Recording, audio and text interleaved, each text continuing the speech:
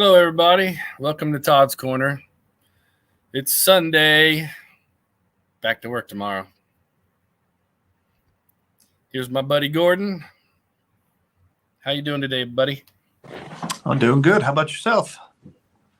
Hanging in there. Cool. A little sore from yesterday helping my son move into his new house. No, that's at our age. Yeah, that definitely becomes sore. That's for sure. Yeah.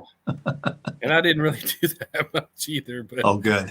it was a long day, and I provided the big truck, and I was the big truck driver. And supervised. Yes, and getting in and out of that truck is like climbing a mountain. Yeah, I can understand that. Well, you get a U-Haul or a Penske or something? Yeah, well, our company has the big box trucks, got the lift gates on them and everything. Ooh, the Tommy lift, nice. Yep. So we had that sucker packed to the brim. I've always wanted to rent one of those kind of trucks with the Tommy lift instead of pulling out that ramp. But I think you have to have a special license for that. Nuh-uh. Nope. No, it's automatic. The only thing it does have is air brakes, but gotcha. Yep. Okay. Well, I'm glad things worked out pretty well for you. Yeah, it did. He's moved in, and now he gets to unpack. So I'm just gonna wait till everything's put away before I go back over there. Yeah, that's where the real fun comes in. That's for sure. Well, welcome, fans. Hope everybody's doing okay today. Here we are in the latter part of July and getting closer to the end of summertime. I think kids are going to be going back to school here soon.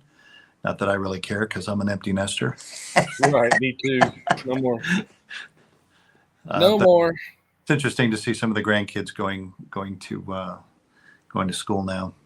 Oh yeah, mine go back to August the 5th, I think it is. Oh, gotcha. Okay, cool. Yeah, onward and upward, I guess.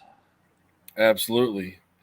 So, I guess you had managed to find the last half of the interview from Adam Savage from our Wonderfest thing. I was actually kind of surprised that they. Well, actually, I'm really not surprised. This is just kind of a revisit to the latest exhibit that we had put out there.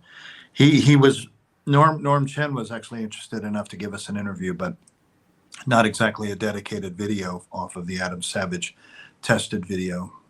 Yeah, it was kind of embedded into another one. Yeah, it's still a good interview though. Good stuff.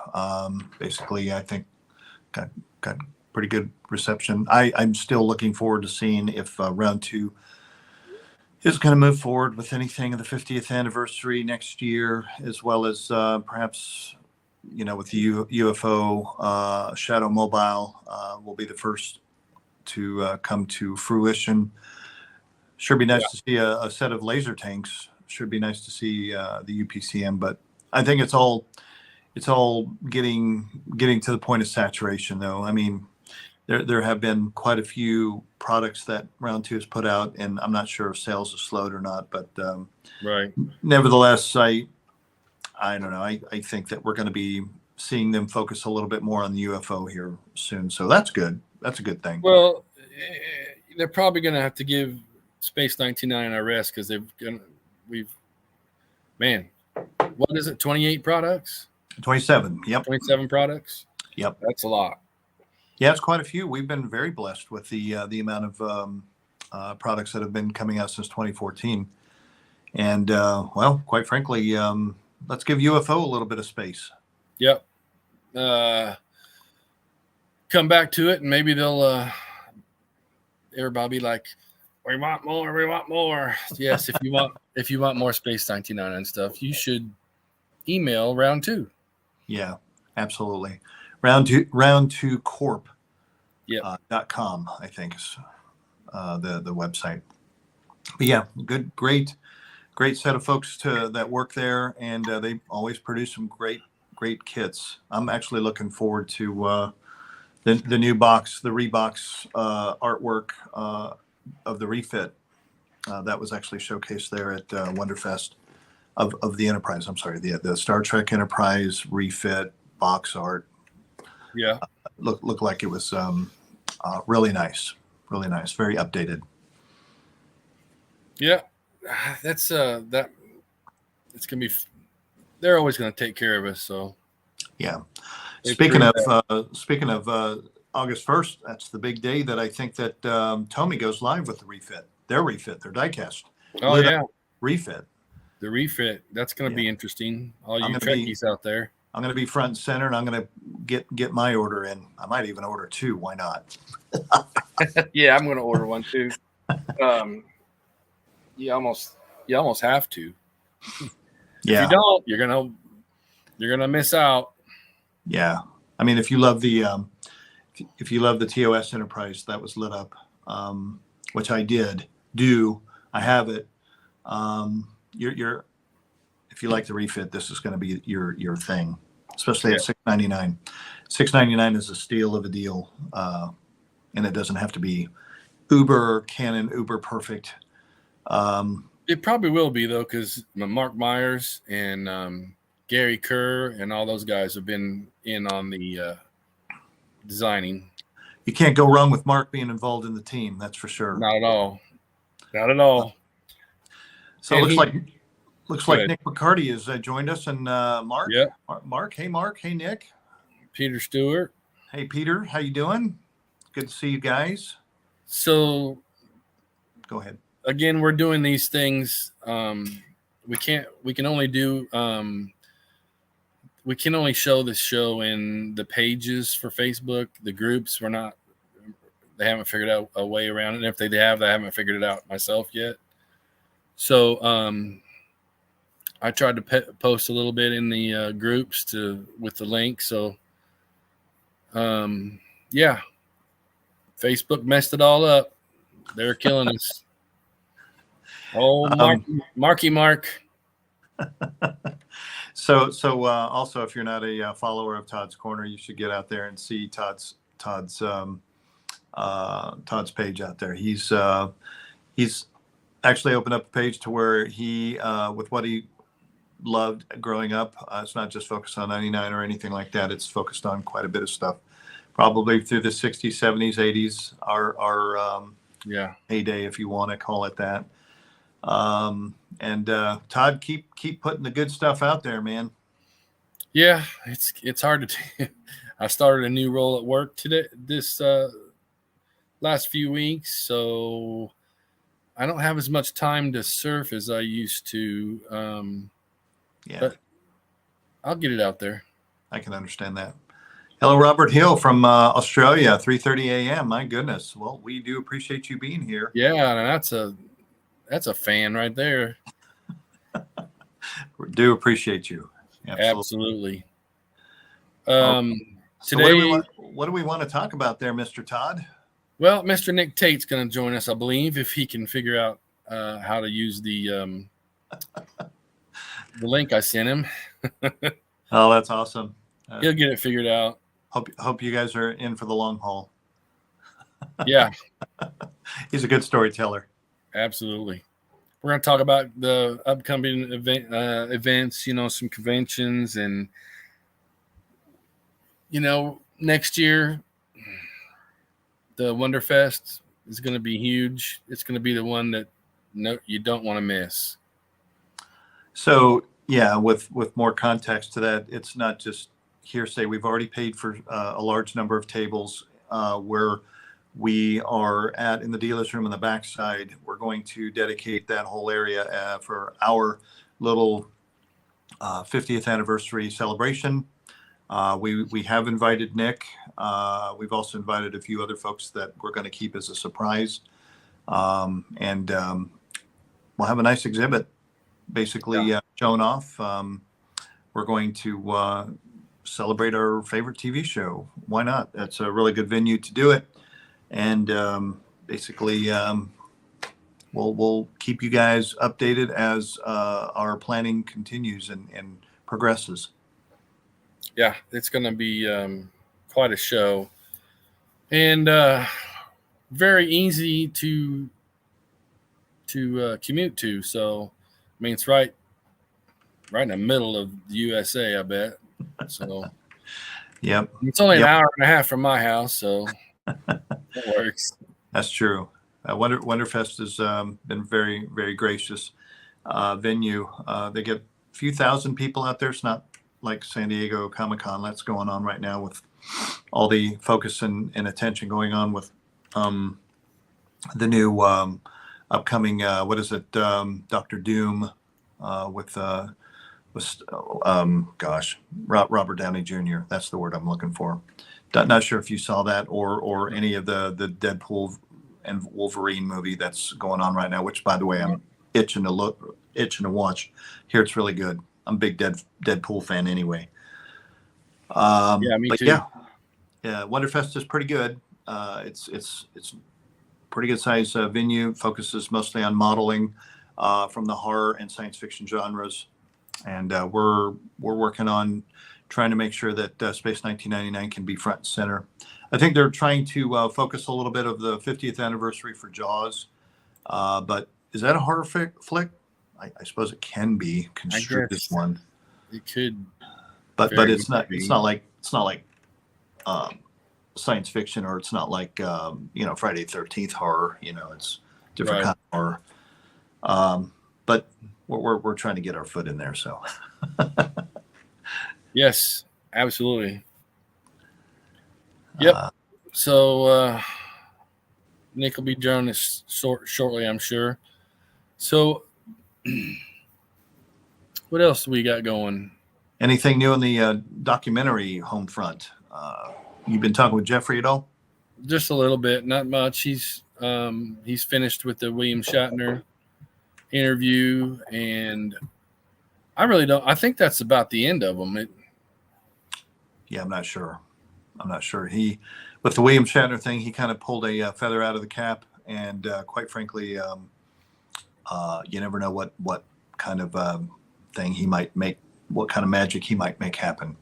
Yeah. So Jeffrey is he's been unpredictable in a very good way sometimes, and quite frankly, we'll see what kind of rabbit he can pull. Mm-hmm. Documentary, I'm just itching to see it. I'm definitely looking forward to it. Something dedicated to what we love so much, and then something that would be relevant for today's day and age, especially for the next generation. Absolutely. Yeah, it's very professional so far. I think everybody's going to like it. Yeah, I agree. I was telling Jeffrey that he needs to be careful, or he's going to be the documentary guy. Yeah, he's doing such a good job with this. I think he's okay with that, though. I think he is too. Yep. Hi, Angela. Hey, Timothy, and Robin. Welcome to the Todd's Corner Show. New York City. New York City. That's a busy place. Yeah, it is. It sure is. Very expensive too. So have you seen what's going on Jerry Anderson's store? Jamie is putting out some interesting stuff. I mean, he's got a novel coming out. He's got the next line of Eagles coming out, the VIP. That's supposed to be shipping next month. So I'm actually looking forward to that, adding that to the collection. And then role playing. I never really have been big on role playing, but this is going to be interesting to see just what kind of a role playing venture that he's going to be taking on. Yeah, so, I don't understand what that is, but is it just you never played D&D growing up there, Mr. Todd, or were you always? I don't think I've ever played D&D, but I have watched some people play it before, but. That would be interesting. Yeah. Rick Zotzman. Okay. So, are you referring to me? Because I'll let Todd talk. I don't care. I'll shut up. Let the man talk. Yeah, go ahead. Sure. Oh, you're a perfect. You're perfect for our situation because I'm running everything, on the page itself, and I'm getting messages and posting and everything like that. So, yeah, you're perfect. Just keep on doing your thing. Not sure if that was what was meant, but Yeah, I'm not sure. But anyway, what else? Where were we? We're talking about the role playing. Yeah. Yeah. So I'm not sure. So Dungeons and Dragons. I haven't never played it before, but I know somebody who can really talk, and this man right here. G'day. Hey, mate. How you doing? Good, Todd. Gordon, hi, buddy. Mr. Tate, how you doing, sir? It's good to see you again. Yes, as always. As now, always. I got to get the eye line right because my camera lens is over there, and that's where I should be looking. Because when I look at you guys, it looks like I'm looking off camera. That's not very professional, is it? I mean, I should know about cameras. Well, it's these laptops and all that stuff. Yeah. I have the same problem. But you guys look like you're looking down the spout, which is what Martin Landau was very good at. He taught me not all I know, but he taught me a great deal about camera technique and stuff, crossing lines and all sorts of technical things that actors are probably not supposed to know. But if it's better to know and understand. Right on. Yeah. So what was the question? You were apparently trying to work something out, and then you said you think I might know the answer. I didn't hear the question. What was it? Oh no, just talking just talking. Yeah, you're a good talker. People listen when you talk. My wife doesn't. Well, I didn't say that. No, of course she does. I've been with her for 47 years, but she gets to tune out a bit, lately. Not many men can. I never thought I'd be married for 47 years. It's incredible. Shows you what a tolerant wife I have. I was going to say she's definitely an angel. She is an angel. That's the right word. She's not here today. She's at a market. She loves it. She's a marketeer. She makes things, She gets old vintage materials and puts them together. It's pretty much what she did with me. Old vintage material put me together. She molded you. Yeah. From your younger years, she's got you set up right the way she likes you. Well, I was 34 when I met Hazel. She was 23. And we were married in less than 2 years. Yeah. I was between the Space 1999 episodes, as a matter of fact. Space finished for us in the making. If anybody out there was even alive then, back in 1975, we finished January, February, March. I think the last day of shooting was in March of 75. And then we were told within a couple of weeks, sorry, guys, the show's not going ahead. And that was deeply depressing to hear that news because I was starting to get invited to even Star Trek conventions, Mm-hmm. And it was clear that there was, amongst sci-fi fandom, there was great interest happening. But ITC at the time decided to drop the show.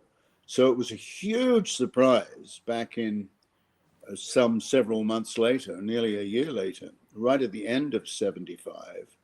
I'd gone back to Australia to shoot a film, and I also went back to shoot the pilot for the other television series that Jerry and Sylvia, well, it wasn't Sylvia, no, he'd already divorced. Well, they were in the midst of that divorce. It's all very sad then. But anyway, I was in Australia shooting a film called The Devil's Playground, which wound up winning all kinds of wonderful awards, I'm pleased to say. I got this call whilst I was in the middle of filming it from Jerry Anderson saying he was about to shoot a pilot which would replace the loss of Space 1999 because he was going ahead with another science fiction series called Into Infinity. Mm-hmm. And he wanted me to play the lead. And the first episode was called, what was it called, guys? Talking about the Into Infinity. Yeah, into Infinity. Yep. After tomorrow. This is a quiz, and Gordon passed 100%. Yeah. Well, you caught Day me off after guard. tomorrow. Yeah. I knew what you were talking about, but I was like, Yeah. Get that this thing. stick in the brain. Yeah. I get Yeah, a we lot actually got we actually got the Blu-ray recently from the Jerry Anderson store. They actually reformatted it or really? remastered it or whatever. Okay. Well, my dogs have just come back from their walk. Thank you, Lily. You're welcome. Thank you. Bye. We walk each. That's good. Thank you very much.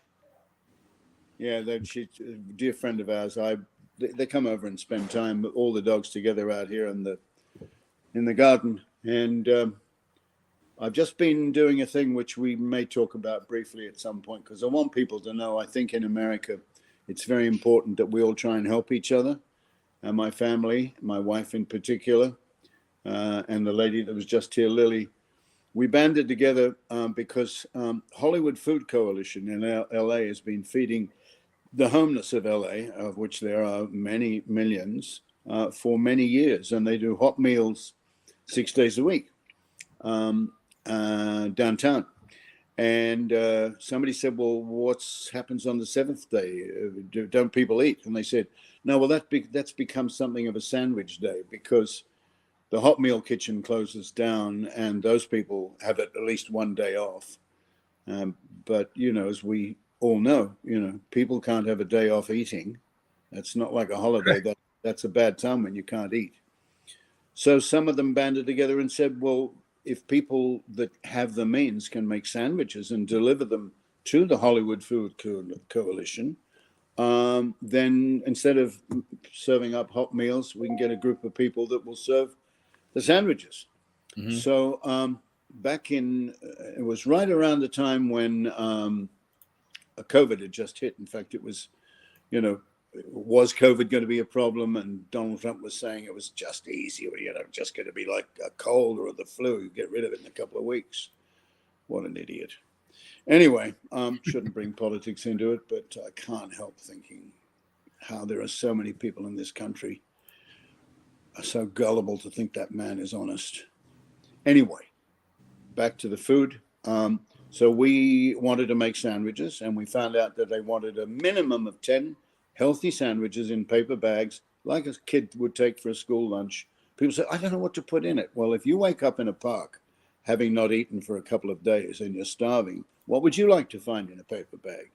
Substantial sandwich with meat or cheese or eggs or a lot of people give peanut butter and jelly. That's okay. But hey, can you live on it? You can survive on it, I guess. But people give what they want to give. And we always ask for a drink and a substantial sandwich, preferably something that's not going to go off. I used to do ham, and then I used to do eggs. I now mostly do cheese and sometimes ham with it.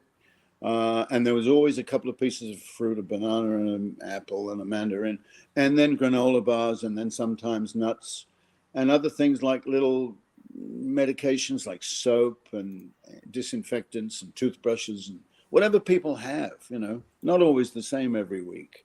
But we always put a bottle of water, some fruit, granola bars, nuts, and a substantial sandwich. They're the minimum things to put in.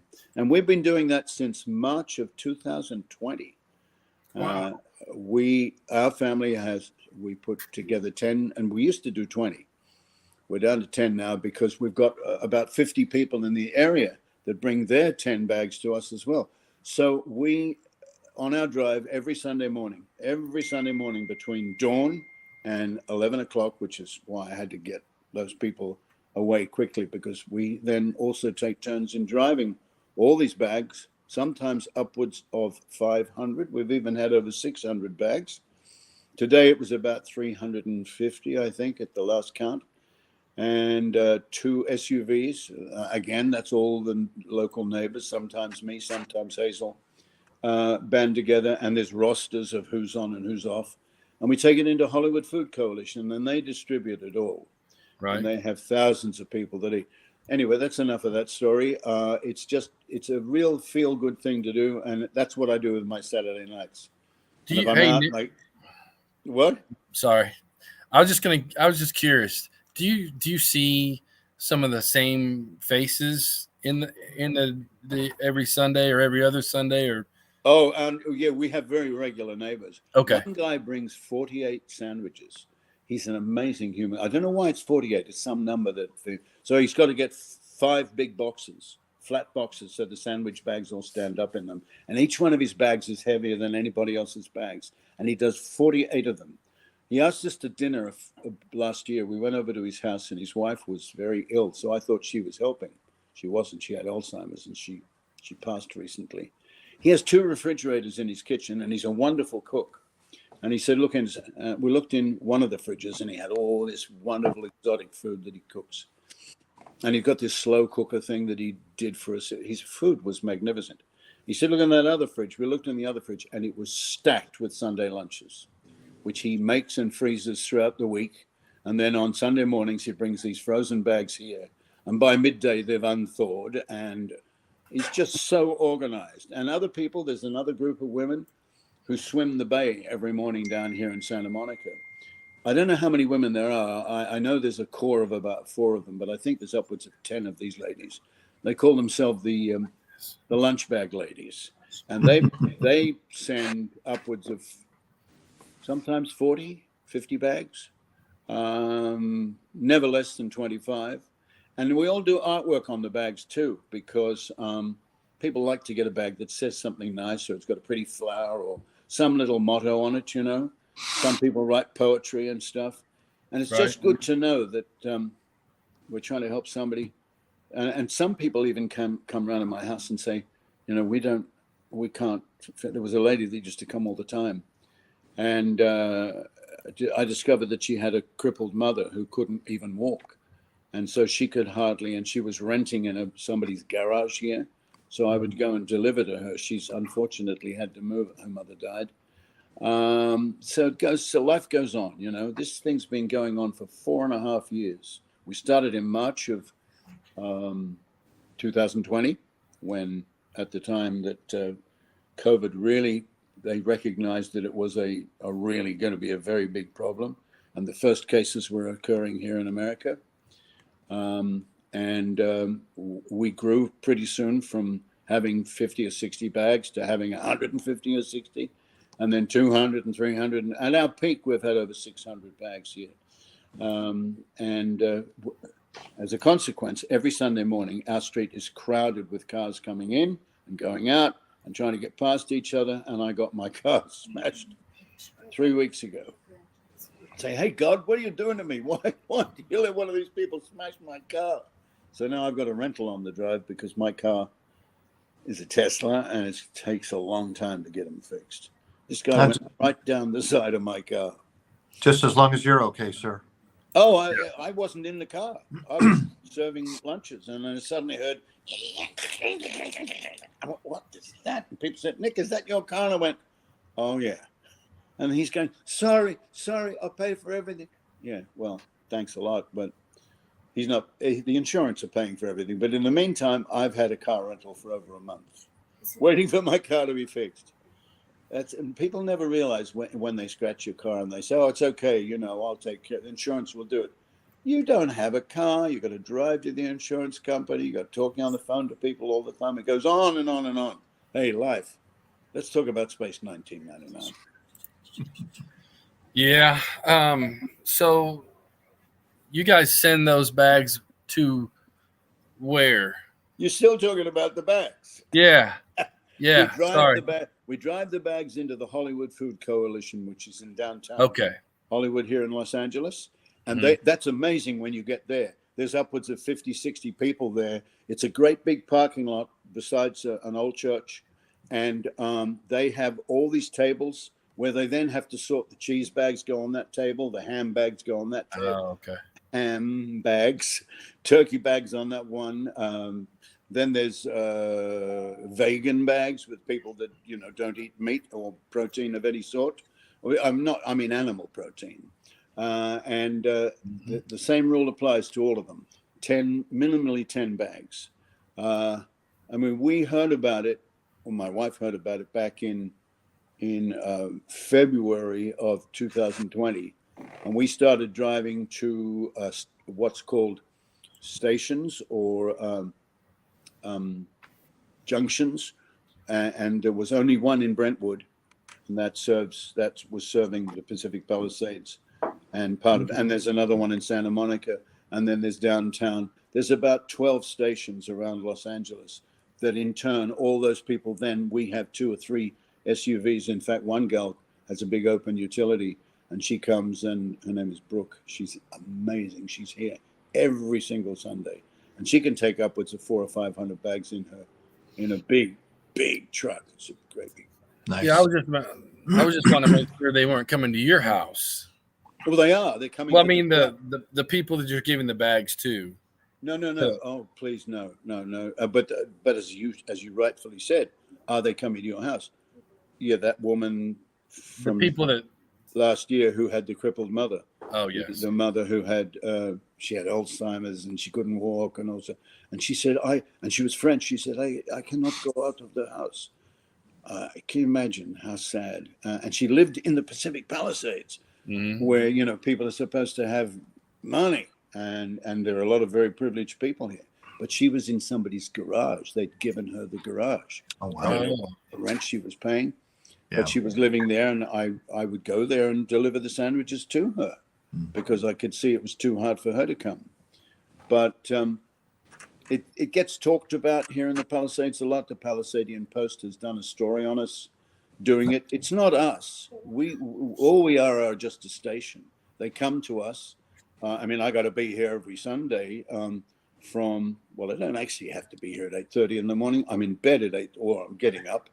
And so I don't like to go and answer the door to people in my pajamas.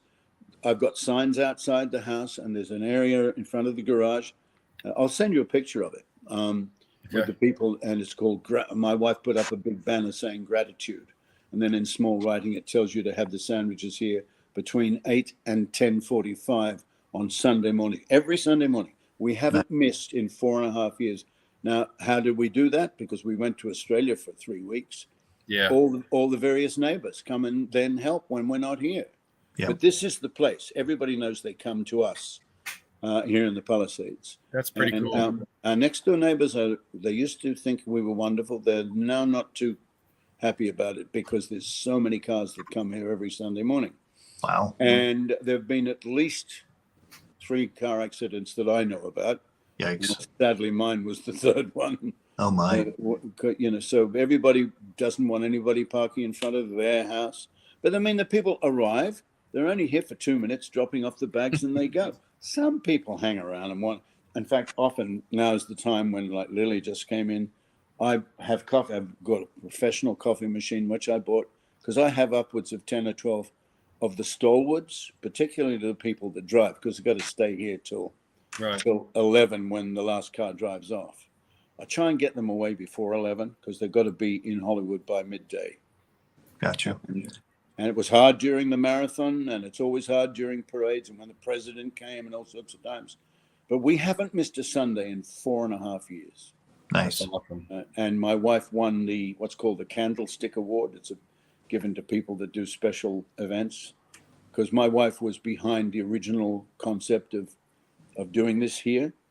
And I'm the sandwich maker, and I'm the welcomer, and I'm the storyteller on the drive because people can't stop me talking. And so they all come and stand, and we talk about life and time. Right. And so I started making coffee for everybody. Yeah. Speaking of storytelling, your trip to London with Jeffrey and making your way to the Eagle cockpit all over again. You managed to get yourself into a specially made customized spacesuit for your photo shoot. That must have been very, very awesome to kind of relive a little bit. It was very, what is that word when you go back in time? Deja vu. Surreal. Been there before, we actually did it in Pinewood Studios, which is where we shot the series. But Pinewood Studios has changed so much. Oh, I'm sure it has. We did the series. I was at Pinewood 1973, 74, 75, 76. Throughout those 4 years, we made 2 series of Space 1999. And a movie. And the pilot to Into Infinity, The Day After Tomorrow. So I knew Pinewood Studios intimately. And that's where the James Bond movies are all made, and where Star Wars was made. I even met George Lucas there, and he considered me to play the chief astronaut in Star Wars originally, but because I was already shooting Space 1999, Right. and I got minutes off. I was working on stage L and M, and I forget the name of the stage that George went to finally, but he was there interviewing people. Back in 1974, I didn't know who George Lucas was. There was no Star Wars, you can imagine. The only film that he'd made was American Graffiti, which he'd made 10 years earlier with the first film that Richard Dreyfuss was ever in, the first film that Harrison Ford was ever in, the first film that Ron Howard was ever in. I mean, this was a landmark movie in that George Lucas discovered all these 18 and 19 and 20-year-old young actors who've all become superstars.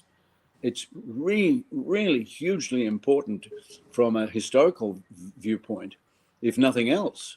Right. And so my agent said to me, well, he's going to be making a movie about space. And since I'd already been working on a space series for an entire year, but bear in mind, nobody had seen Space 1999 in 1994. We were making it. In fact, nobody saw Space 1999 until almost the day we finished making it in March of 75. I think it started in America the last months of, or did it start the first months of 75? Do you guys know? Actually, there was a compilation movie called Spazio 1999 for Italy. They're the ones who first got to see it, I think, January of 75, when you guys had completed episodes. Yeah, because the Italians had a lot of money in the show. And therein lies another story altogether, because the Italian actor, Jerry Anderson, had agreed, and through ITC, that they would take this money. I have no idea how much it was, but I'm assuming it must have been a goodly amount of money for Italy to have been given the sort of sway that they had in the show. And so it was agreed that Martin Landau and Barbara Bain were the American stars, and Barry Morse, he was Canadian, of course. They were the three main leads that ITC used to advertise the show. Nobody knew Nick Tate or Prentice Hancock or Anton Phillips or Xenia Merton. Well, they might have known. Some people might have known us. You know, I was done quite a lot of work in Australia at that point, and some in England as well. But I wasn't known internationally, and Space 1999 did that for so much of us. But, so when Lucas came to Pinewood Studios to interview actors for this new science fiction film, I'd always said to Jerry Anderson and Martin Landau, this should be a film. We're making a television series about a cataclysmic event where the moon is knocked out of the Earth's orbit. It would make a sensational film on its own, regardless of the sojourn that happens after that about what Space 1999 was. We really didn't explore the devastation on Earth, and because we were on the moon and moving away, and so we lost contact, so to speak. But that story, that first episode, Breakaway, revealed some incredible potential for a major film, and still should be made, really should be. Yeah. Because cataclysmic event with the moon being blasted away from the Earth's orbit, causing violent storms, causing tidal waves, causing devastation on the Earth, and would cripple the Earth in a way that mankind could not exist, I think. And, the Day After Tomorrow, the big movie, explored that greatly and showed the horrendous events in that. So it was, here's somebody's going to make a movie about science fiction. And although Lucas had connections with Gene Roddenberry from the old Star Trek days, he wanted to make, as you know, something entirely different and something magnificent. And so he was seeing actors on a 5-minute rotation. at Pinewood Studios. And I was busy on a stage about 500 yards away from the studio that he was in. As I said, I didn't know him. And my agent said, well, you made American Graffiti. And I said, I don't know what that is. And she said, well, it's playing down in London at the time. There was a cinema that I could go see it, and it was in down King's Road. It was a cinema that showed all kinds of exotic and weird and wonderful films. And there was, I don't know why it happened to be showing it at the time, but anyway, I raced down there that night and I saw American Graffiti, and I was stunned at how many current stars there were in it, Richard Dreyfuss and Ron Howard in particular. Harrison Ford, I didn't know. Nobody knew him then, because the story of Harrison Ford, as you probably all know, was that he was a carpenter first. And Lucas chose him to play one of the leads in American Graffiti, and he was wonderful in it, playing this very flamboyant young man who was gorgeous, and everybody loved him. And but then, for some reason, Ron Howard and Richard Dreyfuss, their careers blossomed, and so did so many of the other people in the show. But Harrison's career did not blossom. He had to keep working as a carpenter because some of the casting directors said the reason they didn't give him work was because they just thought he was a pretty boy and not a serious actor like Ron and Richard Dreyfuss, because they were already character actors in their own right. And Harrison was just this very good-looking, gregarious guy who people said, well, yeah, look, he's very good at being himself, but can he really act, you know? Well, when finally Lucas gave him the big break, apparently he hadn't been in, hardly worked at all. He'd just done commercials. People would use him in commercials. And he got married and was having kids, and he needed to work. So he did what he could do best, and that was being a carpenter. I actually don't know his story very well, so I may well be wrong in some of my points. But the fact was, he wasn't a star. He wasn't an everyday working successful actor. When Lucas gave him the call and said, I want you to come in and try out for this science fiction show I'm going to make. Now, I don't know whether he met him before he met me, but when I went in to see him, I was told by my agent, he's seeing people in 5-minute turnarounds. And even then you'd be lucky to get more than 3 or 4 minutes because he's seeing so many people. So I said, well, I'm in the middle of doing Space 1999, and every day I'm on call from 7 o'clock in the morning till 5:20 in the afternoon when we break. So I really can't afford more than 5 minutes to go over and see this director anyway. So I went that night and saw the movie, and I loved it. It was very quaint and weird and wonderful, and I loved everybody in it. And I was very excited about meeting George Lucas. So I was in my space outfit, and I couldn't get changed into my civvies because it would have taken too long. So I just said to the second assistant, he said, well, look, we're going to shoot a scene now that'll take about maybe 40 minutes. Could you think you could be back in 40 minutes? Because otherwise you can't go, Nick. I said, yeah, leave it to me. So I ran to this other stage, and there were some actors sitting there, and they knew I was coming, and so they cleared the way and said, okay, you can go in now. So I went straight in to meet George Lucas, sat down, and we started talking. And 25 minutes later, I said, I'm sorry, I'm going to have to go. He asked me every question about Australia and about the series that I was doing. He was very interested. I wasn't cut off after 4 minutes. I kept on waiting for him to say, I'm sorry, I've got to go now, you know. And he didn't. I guess I came that close to being tested for Han Solo.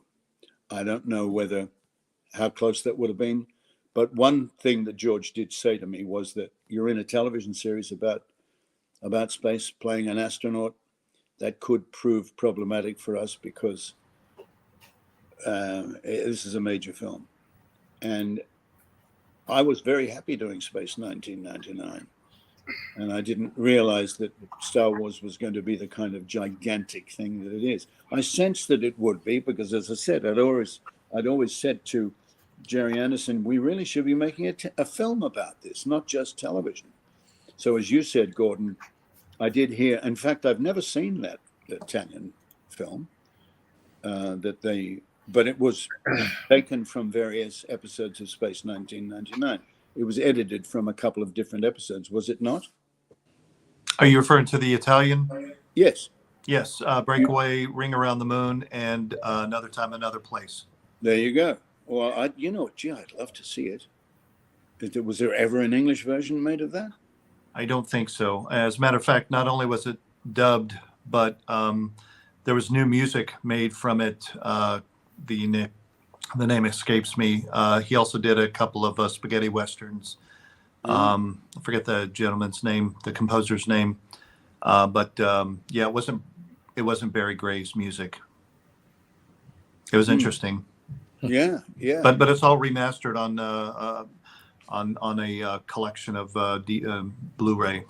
Well, are you going to the Italian convention? I'm not. Okay, and Todd, you're possibly or possibly not. You don't know. I don't think I can. You don't think you can, but No. I'm going, You're going. and that's what we're going to talk about. The fact Yeah. that I'm to the Italian convention.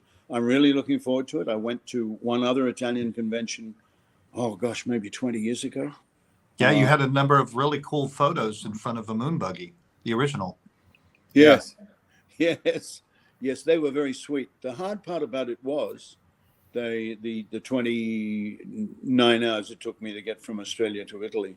And I went from huge summer in Australia to freezing, sleet-blowing, blizzard Italian winter in the north of Italy, picked up by a family, a husband and wife and their baby in their car.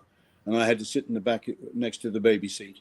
And they drove me for nearly 3 hours through blizzards in their Subaru. We couldn't see. I mean, I was so tired having flown all the way from Australia. I'd already been on 26 hours of flights because the flight goes from Sydney to Singapore, 2-hour break there, 7 hours in the air. Then another 7-hour flight to Bahrain, another 2 hours on the ground there. Then another 6-hour flight to London. And then having to move from Heathrow Airport down to Gatwick, which is the other big airport in London, and that was a 3-hour trip in blinding, freezing English winter as well, and then get on a plane and go to Italy to arrive in Rome to be picked up by these lovely people who hardly spoke any English at all. And in fact, the entire convention, practically nobody spoke English, and I have no Italian at all. There was one or two people that had understandable and loving. In fact, the people that picked me up in the car, they were very sweet. I had a lovely, sweet time with everybody, but I started out being very jet lagged, and we stayed in this huge hotel down at a beach in the northern Italy on the far eastern coast. And the hotel had been built by Mussolini because he wanted, when he knew that he and Hitler were going to win the war, this was where he was going to rule from. In fact, I think it was his headquarters.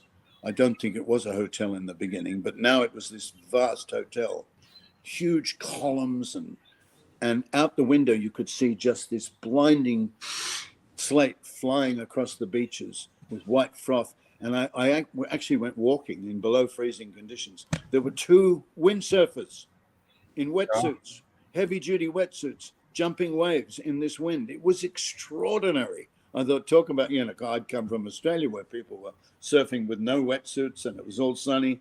And there's these 2 subhuman, they were amazing individuals that they could have done that. Nobody to rescue them had they got into trouble.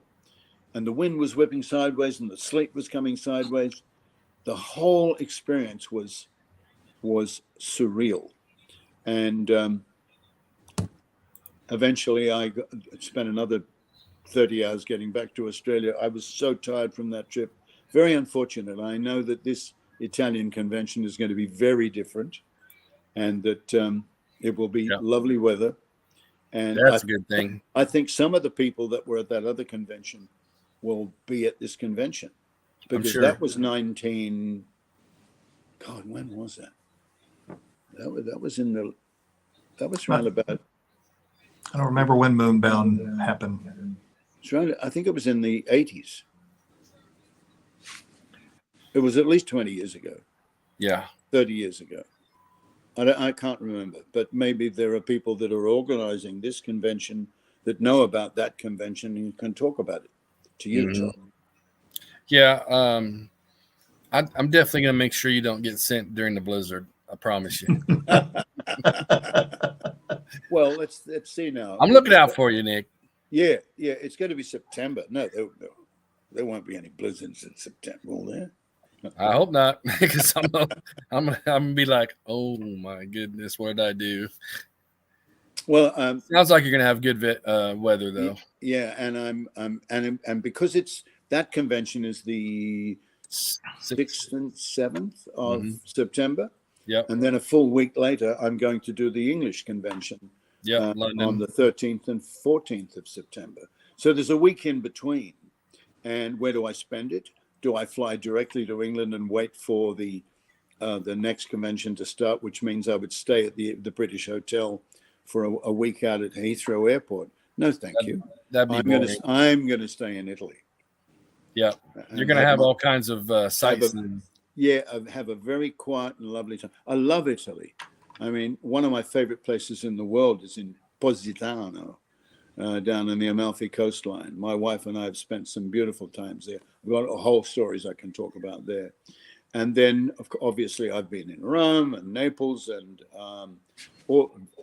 Florence, all over Italy, many times in my life, because I lived in England for 25 years. And every year I would go to Europe. I spent a lot of time skiing in Austria. I've spent a lot of time being in the south of France, and I've spent quite a bit of time in Italy. Venice, of course, love Venice, and then up in northern Italy, I skied in the Dolomites, which is coming down through Germany into Italy in the Alps, the German Alps, Austrian Alps, not Austrian Alps, Italian Alps, and then I haven't been. I think I've driven through Bologna, but this convention is going to be just outside of Bologna. Is it called Moana? Moderna. Moderna, yeah. See, I don't know that town. I'm sure I've driven through it a long time ago. It's not very far from Bologna. Yeah, but, when I was last in that part of the world was a good 40 years ago. I was just in Italy about 2 years ago. My daughter Jessie wanted to go with us. She was just before she got married. And so we took her to Cinque Terre, which is that area that is up in the northern part of Italy, where Italy turns, the boot at the top of the boot of Italy turns into, and then on the road down to France. And that's where Bologna is. And the famous opera city of Italy, which is where COVID started. Well, the first kind of outbreaks of COVID started because Jessie was due to be married there, just outside Lake Como. And we had booked her wedding there. Jessie used to be a fashion stylist, and she was styling all over the world. And oftentimes would go to Italy for the company she worked for. And so she loved this particular chateau that they used to go to do, it was on a big vineyard. And she said, oh, this would be a wonderful place to have a wedding. And they said, well, we have many weddings here, Jessie. You should come and get married here. So that's exactly what she did. She booked the hotel, not the hotel, it's a chateau. And we invited 56 guests, and we were just a couple of months away from Jessie getting married, and with all the 56 guests coming from America and England and Australia, and COVID broke out right there. And Italy, that northern part of Italy, was COVID central, and we had to cancel the wedding or postpone the wedding. We postponed it for 12 months, which was devastating to Jess. But the people said, yes, they would keep our money and they would do it the following year. So the following year came around, and as you may well know, if you remember what happened with COVID, it kind of died out for a while, and then it came fiercely back again, and again centered that outbreak centered again in northern Italy. And so the wedding was cancelled again. This went on for 3 years, and in the end, Jesse said, I said, come on, darling, let's get married in America. So we went to Santa Barbara, and we had a very quiet little wedding, just his family and us. And all the guests, we didn't invite them because they'd all stuck around the first couple of times saying yes, they would come.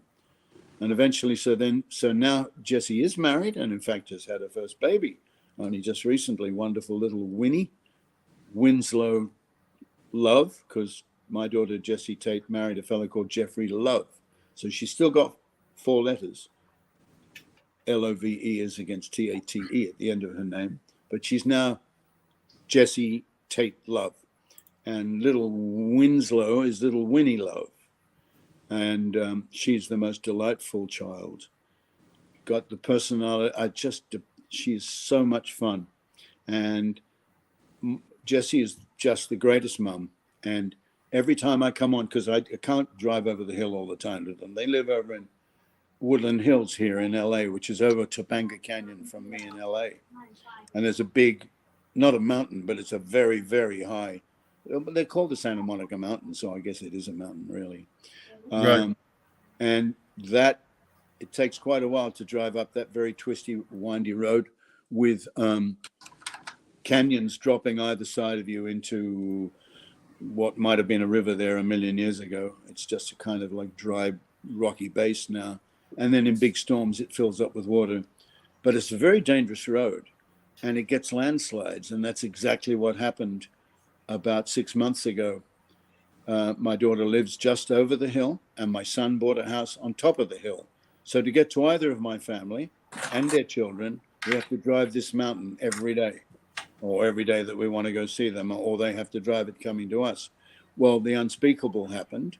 Los Angeles actually rained for about 3 weeks, and all that mountain started to move. And it seemed like half of it crossed the road. And so they shut down the one and only road up to Topanga Canyon for 4 months. And so it's been impossible. We have to drive about 60 miles. No, maybe not that far. Maybe 40 miles to go all the way around all the freeways to get to the other side of the mountain to go and see our grandkids. Wow. Yeah, and in fact, it beat up my son so much with all his travel, and he's got 3 kids. Well, he's got 2 plus a third almost about to be born. And they go to the local school down here in the Palisades, and they do ballet in the Palisades, they do karate in the Palisades, they do theater in the Palisades, they do football in the Palisades. And so they're driving up and down, but this suddenly became not just a 25-minute drive, it became an hour and a quarter's drive every single day, morning and night, and sometimes twice. So now they put the house up for sale, and my daughter has now become an interior decorator. She's up there every day with the builders, rebuilding my son's house, and my son and his wife have moved to Venice. And the day they moved, the canyon landslide was repaired and the road was opened up again the day they moved. So typical. 4 months of impossibilities. Yeah. Suddenly became, hey, it's all open again. So his house is now up for sale, and they have just bought another house here in the Palisades. So they'll be moving in another month around the corner from us, thank God. Because as grandpa and grandma, it was hell going up there, and it was hell for them coming down here. No, we can walk to the house now, so that's going to be much nicer. Gee, I'm sorry to be boring everybody with my life. Gordon, what was that question that you asked me that I have completely digressed from? No, You've even forgotten what it was. I was going to ask, do you know what the agenda is going to be for the upcoming Italian convention? What do they have planned for you? I don't know what the agenda is going to be. Todd is very much in charge of this. You know a great deal about what's happening with the Italian convention, don't you? Somewhat. I mean, I too have the lack of Italian communication. Yeah. So Is anybody But, speaking to you in English, or are you having to translate? it's in on Messenger. He's I think his name's pronounced Gills, but he's done a pretty good job. So Gilles, they're probably gonna Gilles. Gilles. I think you said to me you were going to have somebody there that could translate alongside Yes, you. yes, he's gonna have a Because- translator for you. Because that's imperative, quite frankly. I mean, I speak a bit Sure. of French. I can make myself understood, and I can understand a lot of French. Right. But Italian, I don't have any Italian. No, No parlo italiano. they Buongiorno. they've got some really Oh, good bonjour, things I can say planned out. that. Thank you. Yeah, me too.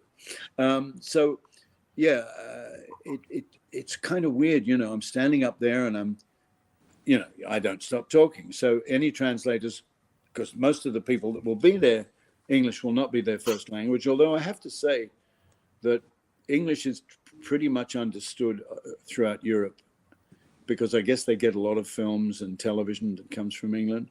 Hmm. And it's right for the French to want to hang on to their language, and it's right for the Italians to want to hang on to their language, and they don't want English to be like the universal language. They're saying, no, screw that, you know. That's why people Right. came up with Esperanto, which was largely a mixture of Spanish and English. But that's kind of been pushed to the wayside in life. Yeah, I guess Do you know about Esperanto? Well, it No. was that supposedly combined language. Oh, okay. And they used to teach it in schools. I don't know that they do that anymore. Because if you think about it, the international language for aircraft, which are flying in and out everywhere, is English. And a lot of countries are not happy about that, but it's a fact. Right. I don't think you can become an international airline pilot unless you can speak English, because you've got to be able to. You can't have an emergency going on with people not being able to understand each other. There's Right. got to be a language that they can all at least understand. And luckily for us English speakers, it's English. I only specialize in English and Southern. Yeah. Y'all. Yeah. Yeah. And, you know, y'all, it's funny. That's the one kind of accent that Australians are fairly good at, because it's very similar to Australian in many ways. I've had occasion at times when I've been, particularly when I was working at the studios here in America. I was out at not Pagewood. Isn't that funny? The major studio in Australia for the longest while was Pagewood. The major studio in England for the longest while was Pinewood. And the major studio in America for the longest while was Paramount. They all start with P. So I was at the Paramount studio, and there were some guys loading a truck, and they were yelling at each other. And I walked over thinking, oh, they're all Aussies, you know. I hear all that kind of, you know. So I said, "G'day, how you going?" They went,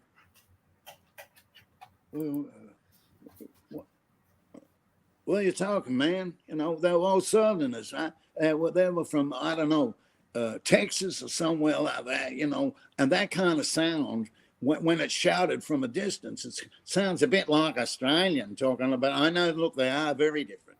You might say it doesn't sound anything like at all, but there's an area. It's kind of like Americans thinking that Australian and Cockney are the same. They are not. They're not at all. And it's actually the reason why I nearly didn't get Space 1999, because Sylvia and Jerry Anderson thought Australians sounded like Cockneys, and they already had Cockneys in the show, and they didn't want to have any more Cockneys in the show. And so when she said to me, "No, we don't want Australian because you sound too Cockney," and I was going, "What are you talking about? Australia doesn't sound Cockney." She said, "Yes, it does, Nick." And I said, "No, it doesn't, Sylvia. The reason why you think it sounds Cockney sounds Australian is because in England, whenever you made a film that had Australians in it, you cast Cockneys to play the role. If you'd had an Australian playing an Australian role, you'd understand the difference very clearly." Right. Now, I lived in London for many years, 25 years, and I do the Cockney accent just with ease, you know, all the rhyming slang and everything like that.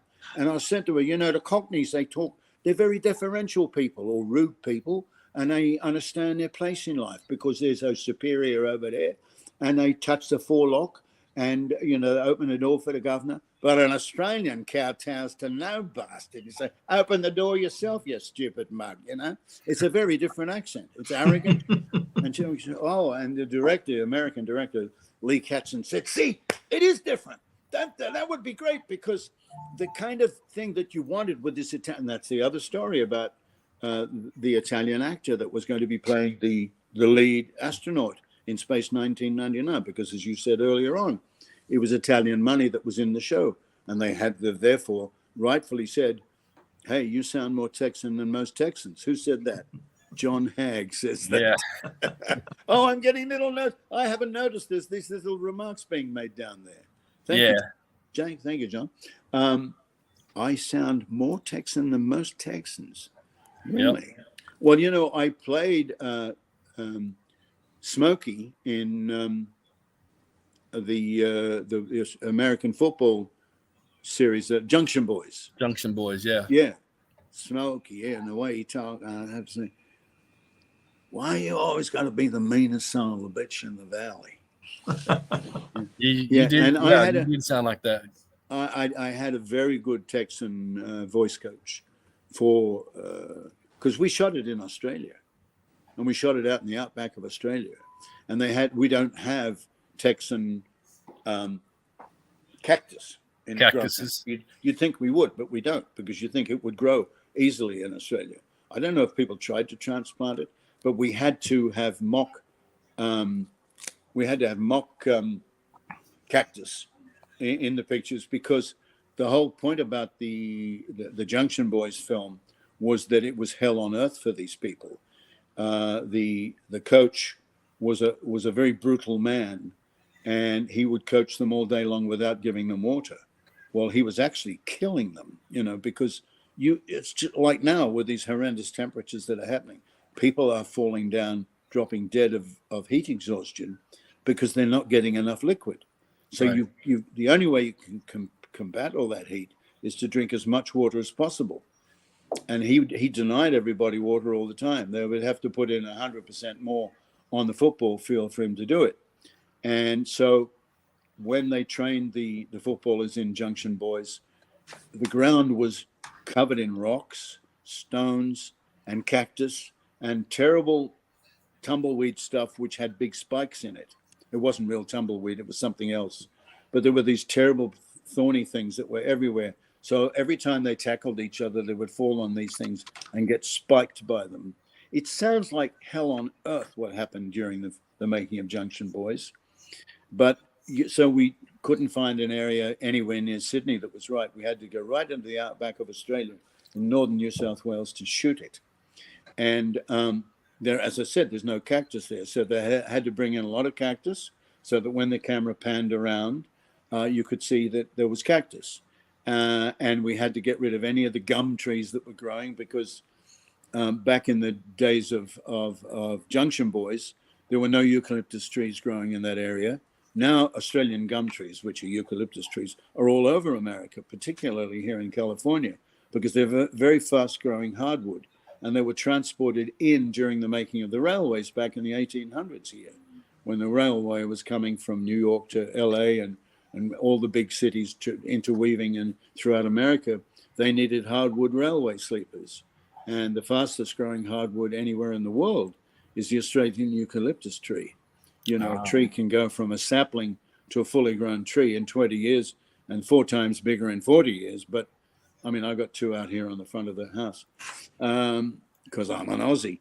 Anyway, however, the weird part about, if you ever watch Junction Boys, I can't remember if these scenes are left in, but there's a couple of times when the boys are training, and you can look in the background beyond them. As I said, you can see the false cactus and stuff that's there, which looks real. I mean, it did look like Texas. Mm-hmm. But occasionally you'll see a hump. You don't know what that hump is. I mean, it's over 100 yards away, so it looks like a rock. But sometimes that hump will stand up. And you know what it was? What? No. Kangaroo. Kangaroo. And you don't have kangaroos in Texas, but they're in Junction Boys. Only at the zoos. Yeah, because when we were filming Junction Boys, we were in the outback, and kangaroos won't come near you, but they'll come if you're in the outback somewhere. They'll come within 100 yards because they know that you can't touch them. If there isn't a road, I mean, they're very fast. They can hop at about 40 miles an hour and jump over fences that are 15 feet high. they're amazing creatures. So, and so if there's ever any water anywhere, early in the morning, if you're camping out somewhere, try and get near a water hole, and you see how many kangaroos will come down early in the dawn. It's extraordinary. Wow. I took my family on a holiday in Australia up near Coffs Harbour, and I went into the interior in the hills, and there were little cabins that this particular farmer, he was a sheep farmer, and he can't stop the kangaroos from getting in because they can, as I said, they can jump over any fence. And we're not talking about 100 acres. We're talking about people that own 5,000 acres. So that's very hard to fence unless you put in very short, low fences. You just have to let the kangaroos do what they're going to do because you can't stop them. They're going to hop over anything. And you certainly can't fence 20 miles with 20-foot high fences. Well, you could, but they'll find a way. And the dingo fences, to stop the dingoes, are only about 6 feet high because the dingo can't jump 6 feet. A kangaroo can. So anyway, I went on this holiday, and this, as I said, this person that had a sheep station that had over 6,000 sheep on it. And I don't know, I think he owned about 15 square miles. I don't know how many thousands of acres that is, but it's quite big. And he had about 20,000 sheep on it. So he built these little huts on every hill. He had lots of hills everywhere. And if you were staying in a hut, you didn't have another house anywhere near for the best part of 400, 500 yards. So that's over a quarter of a mile away. There'd be another hump and another hut sitting over there. And then another hump and another hut sitting over there. Early in the morning, if it was quiet, you'd go, hello, you call out, and maybe somebody would wave at you. But hey, that was great. We were over a quarter or half a mile away from anybody else at any given time. But we had a watering hole that was about 100 yards down the hill from us. And in the mornings, you'd look at the watering hole and you'd see all these kangaroos hopping around. It was beautiful. And I had 2 dogs with me. I had a golden retriever, big old Goldie called Buckley. He was an American golden retriever that I took back to Australia with me when I went back after 9/11. We went home for what I thought was going to be about a year. My wife insisted we stay until 2012, when we finally came back to America because my son, who had remained here, had gotten married and had a baby, and we came to hold that baby in our arms. And my wife held the baby in her arms, and she said, "Oh, we have to come and live in America again." And I said, "Yes." So we came back in 2012. Kangaroos are being culled in Adelaide Hills as there are way too many. This is true. I was watching. Now, you know what culling is. That's where they kill some of the... They do. Yeah, they do the same thing with deer here. Yeah, and wild horses, brumbies, don't they? Mm-hmm. In Australia, they're called brumbies. We've got a lot of wild horses. We've also got wild camels in Australia. Hazel Tate, Hazel LA. Uh-oh, there's the boss. Gee, who must be obeyed? Will you hold the line just briefly? Sorry, guys. Hello, darling. I'm in the middle of a Zoom with Todd and Gordon and the Space 1999 conventions. Today went brilliantly, Hazel. We made over 300 lunches. The trucks have all gone. Okay, got to go. I'll see you in a minute. Okay, bye. She normally helps with the lunches. She's doing a market today. Hazel's a marketeer. She makes crossbody bags, and she's been collecting vintage materials for years and years and years. I told you this earlier. Right. They're always old things. She likes to collect old things. As I said, that's why she married me. Boom, boom. So the vintage bags are up when we go to Italy, when we go to France, when we go to Prague, China, wherever we go. Hazel always goes into the back streets, into the market areas, and buys old materials. Sometimes we've sent back, not a container, but sometimes she'll buy big boxes and load the stuff into them and send them back. Our home in Australia is like a museum. Underneath the house is so much vintage material. And now here in this house up in the top, she has the loft. After the kids left, Hazel took over the loft. And that's where she works. And she's up there night and day making handbags. They're crossbody bags. She used to make cushions, but if you think about it, a cushion is, feathers and things stuffed inside two sides with a zipper across the top. And then you can put whatever patterns or nothing on the outside. And so she did very well making cushions. All the cushions in her house have been made by Hazel. I might give you a tour in a minute. But if you take a cushion and take the stuffing of it out and you put a big strap on it, you can turn it into a crossbody bag. There you go. Anything. So when people started having iPhones and then iPads and then, big flat computers like this thing I'm talking to you on, this is an iPad. You can't put that in your handbag. You need a bigger thing, which carries a computer. And so basically she makes these bags that are about 12 inches across and 12 inches deep, and you can put most computers in there. You can put your iPhone in, your wallets, and then she puts pockets in them as well, and a zipper across the top and a big crossbody bag strap. And it might be vintage material from Italy that's 100 years old on the outside. The rest of the interior of the bag has to be very new. Otherwise, they would deteriorate. And they do.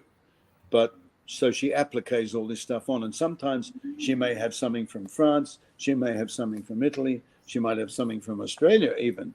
And then China and so forth, all on the same bag.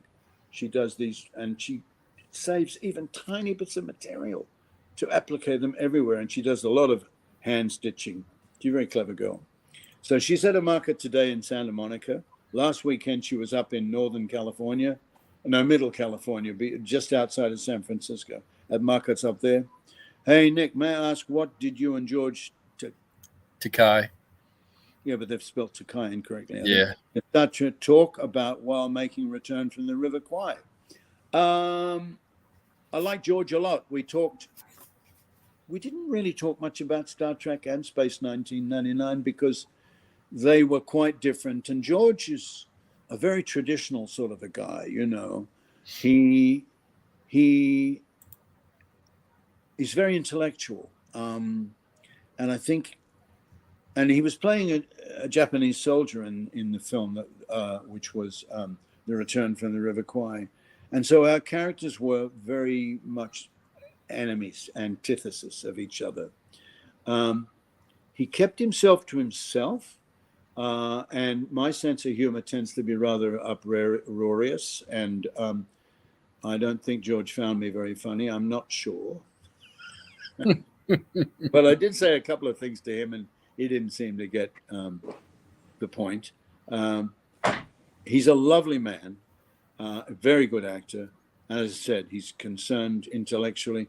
But, he was born during the war. So was I.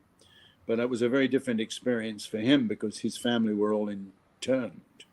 Interned. Not interred. Interred is to be buried. Interned is to be put into some kind of confine. And he was treated, as were most Japanese people that were living in America or England or Australia. We even had them in Australia. They made prisoner of war camps. And innocent people that were working in Japanese restaurants or textiles or whatever they were doing, who had nothing to do with the Japanese war and were citizens of Australia or China, maybe China, and America and England, they were all put in prisoner of war camps and treated incredibly shabbily. And he was carrying that pain with him. And so to be playing a Japanese soldier, who in fact was the head of the Japanese war camp that my character, this is a true story. The Return from River Kwai was not the Bridge on the River Kwai. The Bridge on the River Kwai was a fabulous film with wonderful actors. It won all kinds of Oscars and awards, musical awards, theatrical awards. William Holden, Alec Guinness, it goes on and on. Just the most wonderful actors in it. And the actual story of the Bridge on the River Kwai, the construction of that story is actually a fiction. Of course, all the facts surrounding it, the dates and times, and why prisoners were there and why soldiers were there, all that was factual. But the actual story itself was a fiction. And as I said, it won all these amazing awards. It took them over a year and a half to make that film. They were all on location for many, many months. A fortune was spent on the making of that film. And as I said, it won all these glorious Oscars. So when a company decided to turn a factual book, which was called The Return from the River Kwai, when they bought the rights to it to turn it into a film, a lot of people thought that that was the pretender. They thought, well, this is just going to be a fiction. In fact, it's a really true story. It was about the prisoners that were interred in Japan. They were held, but they were held in prisoner of war camps during the war in just outside of Singapore, and it was hell. They were treated very poorly, only just barely kept alive on very bad rations. And when the war ended and Germany was defeated, Japan had not been defeated, so Japan kept on the war. And a lot of Japanese soldiers living in islands were cut off from Japan. They were cut off from the rest of the world. And the communications that we all enjoy today with iPhones and television didn't exist. Right. So people fought on in the war, not knowing that Germany had been defeated, and not knowing that, and so they continued to fight. And so the Japanese prisoner of war camps started getting wind of the fact that Japan was losing. Not only losing, but the war was essentially finished and over. But they were still fighting. So they took all the prisoners that they had in the prisoner of war camp that they were in.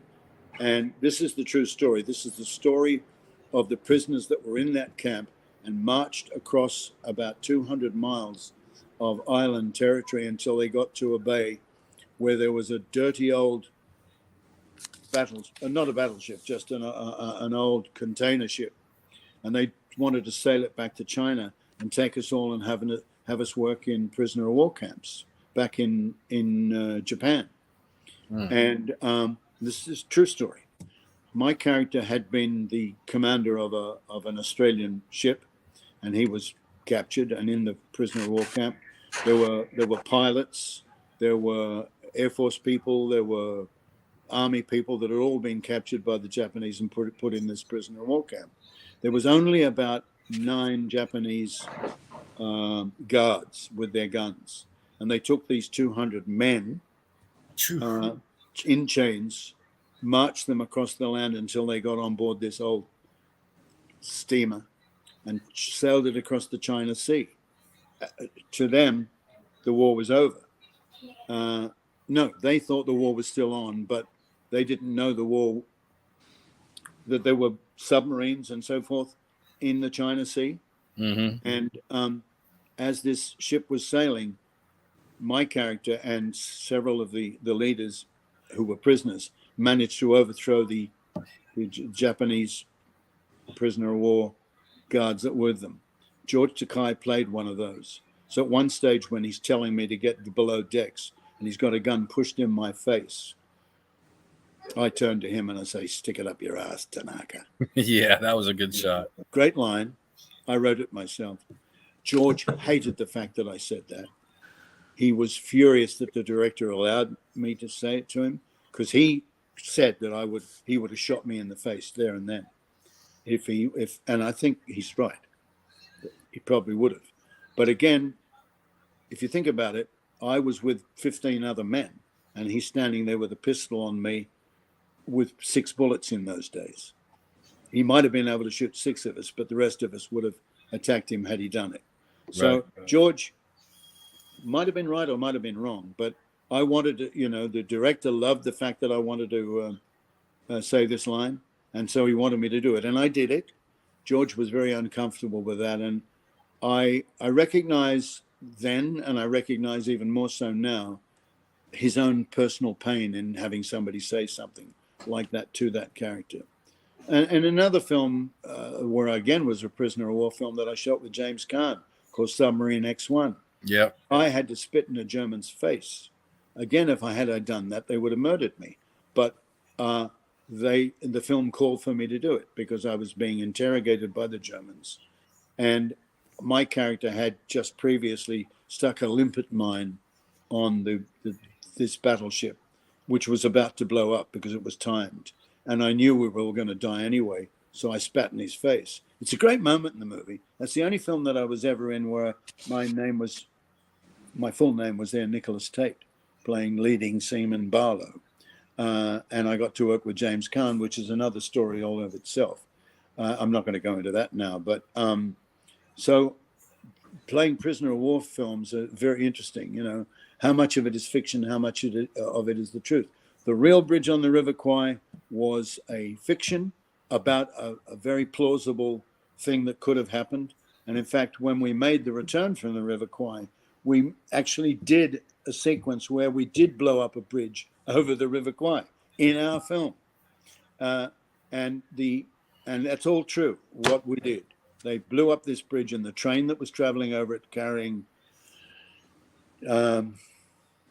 Japanese soldiers and supplies crashed off this big bridge down. It's a very effective little film, but the producers didn't spend any money on it. It was made like a television series. In fact, it was directed by James Arness's father. I'm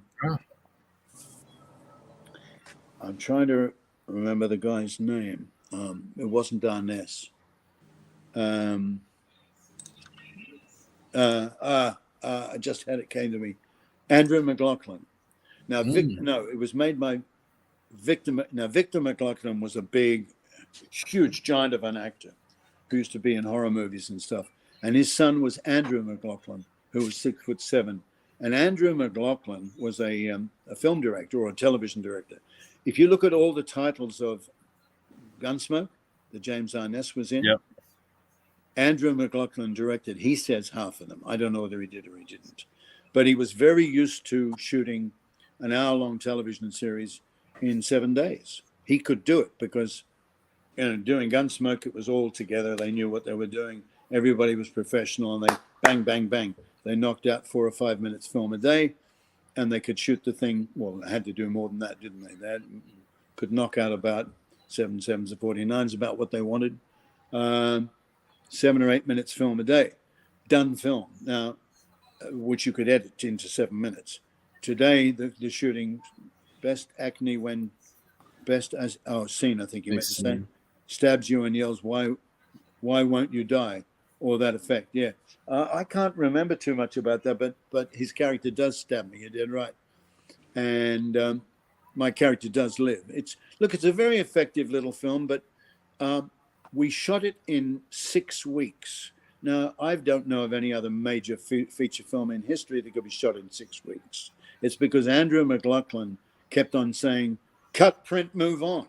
Now, we would do a scene with 50 or 60 people in it, with myself and George Takei or Edward Fox, who was playing the British officer. Right. We're in the middle of big discussions. I mean, there were some very good actors in that film. Timothy Bottoms was in it. The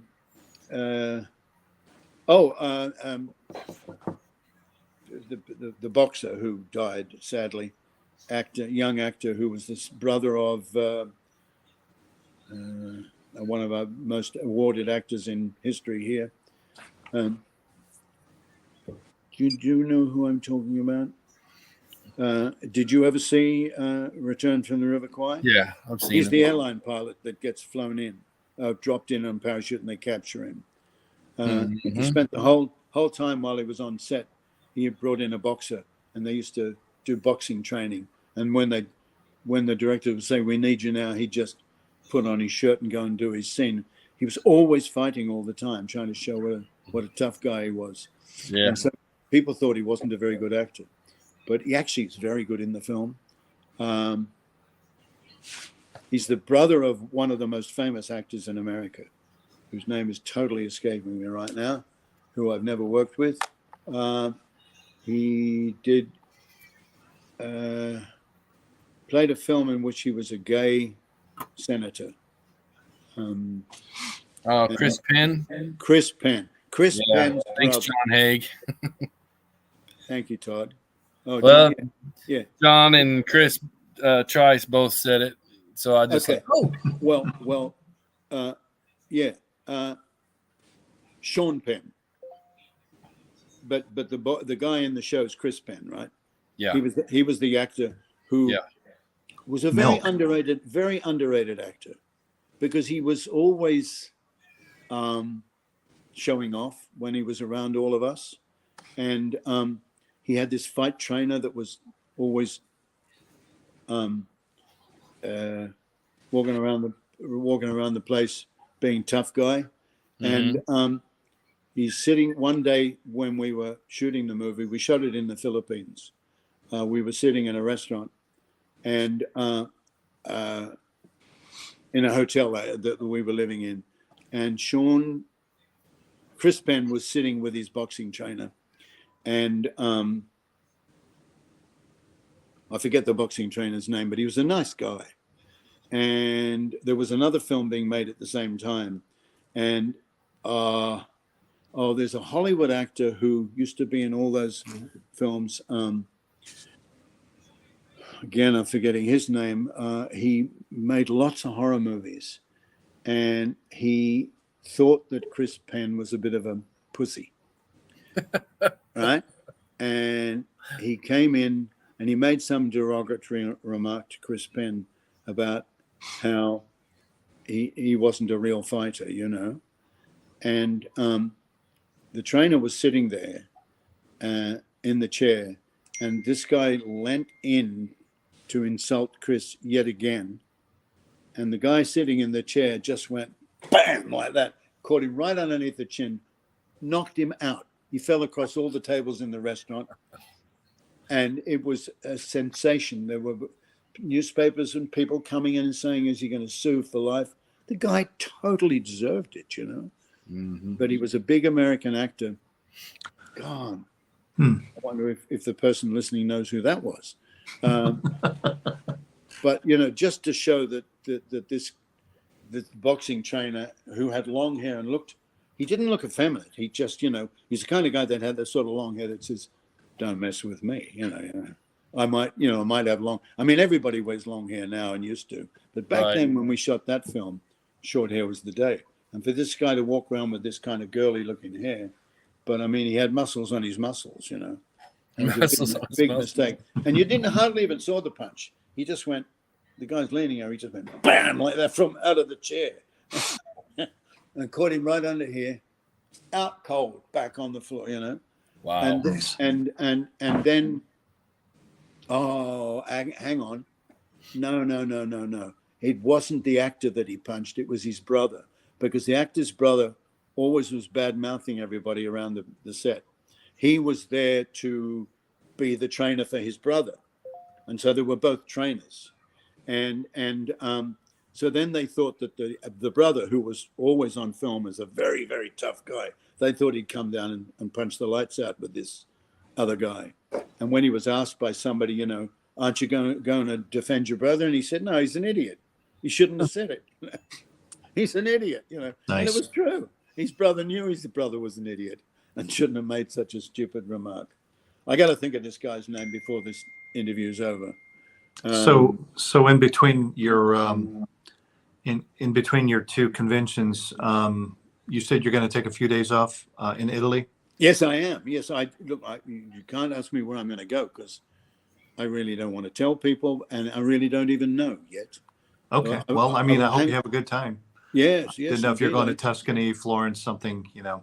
See, I love Tuscany, and that's where the Cinque Terre is. Mm-hmm. And I might go there again. Yeah. But then I don't necessarily want to go back to a place that I already love.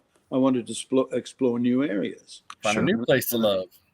Yeah. Find a new place to love. A new place to love, yes. I'm only sad that my wife can't come, but she's been grandma to this lovely child. And as I said, our fourth grandchild is just about to be born. So Hazel can't come. It's all too close. Right. And she's got other things to do. But my sister said she might come on over. That'd be cool. Yeah, she lives in Scotland, and I'm going to see her anyway. She lives in St Andrews. She works in St Andrews. So I love golf, and I will be going to play golf in St Andrews with Lucy. And then I said to her, you know, I'm going to be just across the pond over in Italy. And she said, well, first off, I told her I was going to be in London. She said, oh, I want to come. I said, well, it's all about Space 1999 fans. She said, well, I loved Space 1999. I'll love it. I said, great. I said, well, if you love it that much, you can come to the Italian one too. She said, oh, where in Italy? I said, Bologna. She said, I'll come to. So we'll see. I don't know whether she's going to. But she works for a big school in St. Andrews, and she may not get the time off because that's, whilst where that convention's happening, it's still school time. Right. But I'm going to go stay with her, and she lives in the Abbey, and so she's up on, like she says, can you walk up 92 steps? And I said, yeah, walk up hills. But she's got to do this every day. They've given her this most wonderful apartment in the Abbey, but that must be like 9 stories. Well, it can't be 9 stories. I think you do this and do that. It's about 4.5 stories high, very high. But she said, when you get there, it's really worth it. I bet.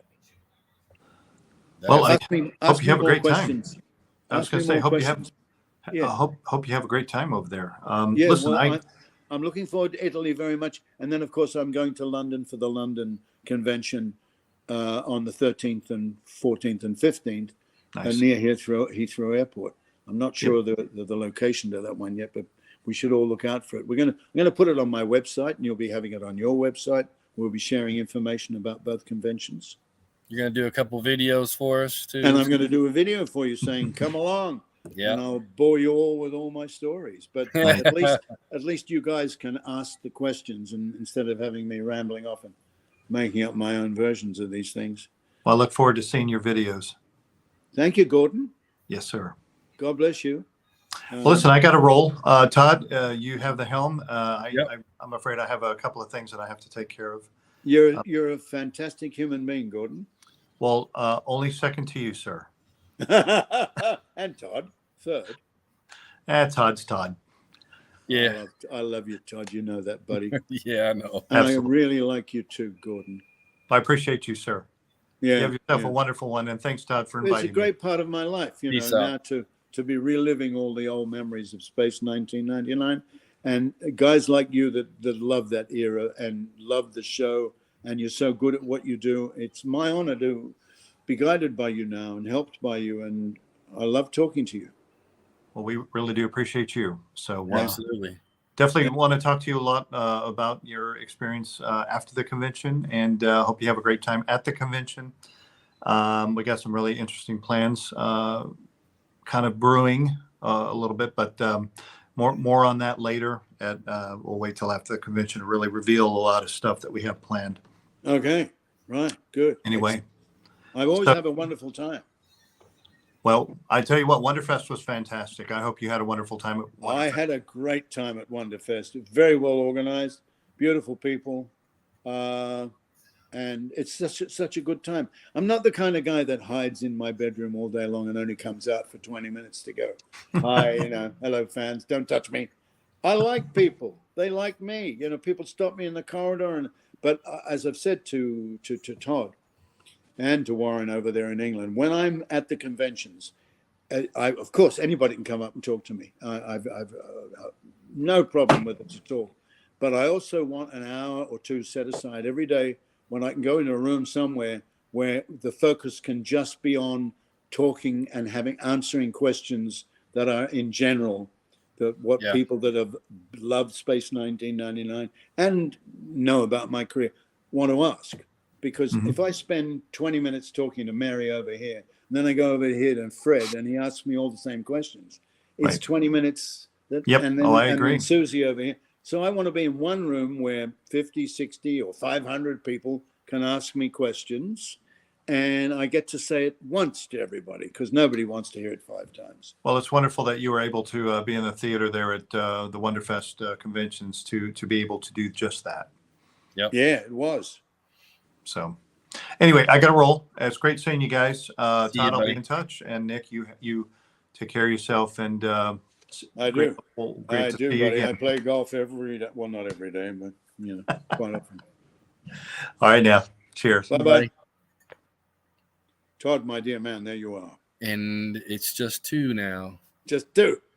And then eventually we'll just be 1. Right. For a little while. And then we'll be nothing, Todd. That's the interesting thing. Or will we be nothing? will we be angels? Or will we I go hope the so. other way? I don't believe in hell. Doesn't exist. I And hope not. I think heaven itself is also an altruistic thing. I just love the fact that we don't know about what's next, but I know there is a next. I know there's a purpose which is hard for us mere mortals to even begin to understand or fathom. The way that the plants come up at the same time every year, the way the seasons have got the same characteristics. And I marvel at what goes on outside my window here. You can you see out there? Well, probably a bit hard to see, but there's a big garden out there and a swimming pool, and I'm a very lucky man. And I have all the seasons coming here. It doesn't snow here because we're in California. Well, it snows up in California and Mammoth, of course it does, but it doesn't snow in LA. Although I've seen stuff that looks a bit like it. And then of course it does snow in Big Bear. So I can be skiing I can certainly be in snow within an hour and a half in midwinter here. That's what I love about LA. It's so good for that. Sydney's kind of like that. People don't know that it snows near Sydney, but it's a 4.5 hour drive to get to the Snowy Mountains. They're called the Snowy Mountains, and that's what that movie, The Man from the Snowy River, was all about. It's about the Snowy Mountains. There's a mountain in Australia called Mount Kosciuszko, which is one of the oldest mountains in the world. Apparently, it used to be as high as Mount Everest, which is 27,000 feet high. Mount Kosciuszko is only 8,500 feet high. And you know why it's smaller? Because the wind blew. Now, you say, well, what are you talking about? What do you mean the wind? If we're talking billions of years, and not only the wind, but also the big tectonic plates of the planet. Oh, yeah. They push on each other, and this one pushes there and does that, and then this goes up, and then that bit up there is Mount Everest. That used to be down there under the ocean. There's shells in Mount Everest. Yes. I think it's staggering. I love the history of the world. Me too. The thing that is hard for us to get into our brains is, how could that happen? It's a question of time. And the best example of that is the museum in London, History Museum. When you go into the History Museum in London, you walk in and marble floors everywhere and a couple of stories high. Fabulous museum. But it's got a gold trace in the floor. As you walk through the front door, it says, the Big Bang started here. You go, what does it mean the Big Bang started here? Then you begin to realize this thread as you're walking along all the way around through the museum. It shows you the ages as it goes. It talks about Cretaceous period, the dinosaurs, and so on, all the way through. First hominoids and so forth. And you'd think, well, yeah, that's all going to be in the next 20 feet. No, you walk for about half a mile around this museum, and in the last 2 inches you're walking out, it says, mankind started. Mankind is only in the last 2 inches of this half-mile walk. We are nothing. Right. We're nothing. We're a blink. You go back 1 million years when the first possible creature that stood erect, was it a gorilla or was it a human being? Or was it something like? I'm not clever enough to understand. But what I do believe in life is that there is a plan, there's a purpose, and whatever. See, the Baha'i faith says that God is an unknowable essence. It doesn't talk about an old man with a flowing beard or a wig or anything else. It doesn't talk about the devil. It says there's no devil. There's goodness and there's absence of goodness. Just like, and it makes the analogy, there's not the same thing, but it makes the analogy that there's no such thing as cold. There's only heat. You have the sun and or the suns out there, and then you have the absence of sun. So the sun creates this massive energy where the gases are burning off, not for a couple of years, but for millions of years. Yeah. And creating this extraordinary heat and light, which creates energy throughout the planet. Where does the cold come in? When you are far enough away from there to be absence of heat. So for those that believe in life, Sun is life. Sun is energy. You can't have life without energy. You can't have life without warmth. And hell is not hot because the sun is hot. Hell, therefore, is the opposite of the energy. It is the furthest away from the energy you can get, which is billions of miles away from the sun or any suns. And the depth of cold. So hell really is freezing cold, if there's such a thing. But there is no hell. Not in the Baha'i world or in my head. There's no such thing as hell. There's no such thing as heaven either. There's just proximity to the source. Now, and a lot of people call that nearness to God. So maybe so. I don't know what God is, because the Baha'i faith rightfully calls it the unknowable essence. It is beyond our mere mortals' understanding. We can't grasp what it is, what the Creator is. Why do the plants come out on the 1st of April? Why? Because it happens every year. You could say, oh, it's an accident. It's not an accident, it's nature. So maybe nature is God. I don't know. It's beyond our understanding. Right. Somebody says, John Hagg says, I think we'll be okay, God or not. Life goes on. You're dead right. I don't even need to think about it. And I'm not worried. People say, aren't you worried? Don't you want to get down on your beg hands and knees and beg God for forgiveness? What for? There's hell is a day hell is a day without caffeine. Good on you, John. I like the things you're saying, buddy. Talking of caffeine, here's my coffee. It's gone cold because I kept on talking to you guys. Hang on a minute.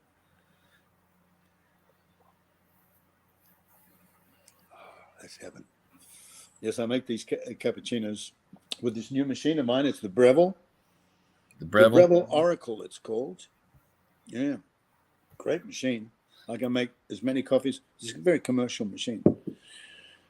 And it does it all by computer. You just press your button, and I've now got my son programmed it in and saying Nick. And so now I just press Nick, and it makes me a coffee. Now that's the life. Yes, but everyone asked me some questions about conventions and the plans and anything that anybody might have asked of me. We're just kind of doing our little thing today, but you and I are going to do this again in a few weeks. Yes. And we're going to have all kinds of videos and posters and pictures and good. Yeah, I particularly want to get down to asking or revealing to people that I'm coming to Italy for your convention on the I think I'm arriving on the 4th or the 5th of September, and the convention will take place over the next 3 or 4 days. And if there's anybody hanging around afterwards, I might even see them too. Mm-hmm. That's why I was hoping that you could come at some point. Yeah.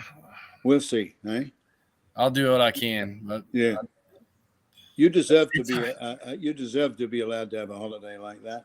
Yeah, it's just hard starting a new role at work, and that's why some of my friends can't come, like my wife, because of commitments. Yeah. But I'm committed to you to come to this, and to the Italian people that are asking me. What's you say his name is Jill or Gil, who's organizing it? It's Giles or Gil. How do you spell it? Gils? Hold on, I can tell you. What is we communicate through Messenger on Facebook, so okay. Have I put you on the spot? No, that's all right. It's Giulz. Well, it sounds like Jules, doesn't it? Could, yeah. I don't want to kill his name. No. We shouldn't. And of course, he's got a lot of stuff planned for you. Even afterwards, you're going to do some really nice things, and I'll get. How do you speak with him, Todd? Do you speak with him, or do you have a translator? We just type it out. Yeah, he's very good. I'm going to get that thing on my phone where it listens and translates immediately for you. That'd be good. Yeah. Got to do that. I think in this day and age, the AI stuff is where we're at. Let's see. Chris Trice says, apologies to you. You didn't get to chat more at Pinewood. So he was there when you did the Eagle Obsession interview. Ah, right. Okay. I want to just say also now that this person, Chris Trice, has spoken. I saw the name Chris there and talking about Pinewood Studios. Our dearest friend, Chris Penfold, who was so instrumental in the scripts of Space 1999. I don't know if I'm breaking trust here by saying this, but he's very, very ill. And yeah, no, nobody knows. He was going to come and see me in Pinewood when I was there, but he was sick, and he revealed, I spoke with him on the phone, and he told me he's come down even more poorly now. And I want to say loving things about Chris because I've probably known Chris almost longer than any other person alive on the planet. I know that sounds strange to say that, but No. I first met Chris in 1963 or 4, when I was maybe 62. I was working at ABC Television in Australia, and so was Chris. He was a writer, and I was a young actor who wasn't working as an actor. I had been working as an actor when I was a teenager, but because I'd gone through that acne period and left school and couldn't do anything properly other than act, I'd been in a television series called The Purple Jacaranda, which I managed to get very early on in my life after I left school.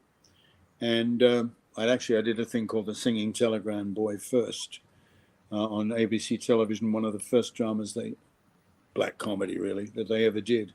And I just loved the process so much that I felt I had to work in television. So I got a job. I applied to work at ABC TV as a studio hand, which is rather like a stage hand in the theater, but you're working on television. And Chris was already there working as a young writer for some of the early dramas that ABC Television was doing. And our paths crossed later on when he came on production of the next big television series they made called My Brother Jack. And he was assisting Story Walton, who was the producer director of My Brother Jack. And I played the character of Davy, who was the of My Brother Jack. My character writes the story, a true story about his brother Jack, who was an Australian hero. He was the local football hero, the local jock who everybody loved, who went to war and was awarded magnificently because of the First World War. And he was a legend in his own living time. He was a really earthy Australian tough guy. He wasn't intellectual in any way, whereas his brother George was. And so he wrote this book lovingly about his brother. And it shows you the tragedy of life when somebody's been so powerful and wonderful. Jack was in Sydney in the early 30s when the Depression broke out right around the world. Australia was very badly affected by it, and he had no way of getting back to Melbourne, where he wanted to go home to his family. And so I think he was about 30 years of age. He walked from Sydney to Melbourne, which is by foot 700 miles.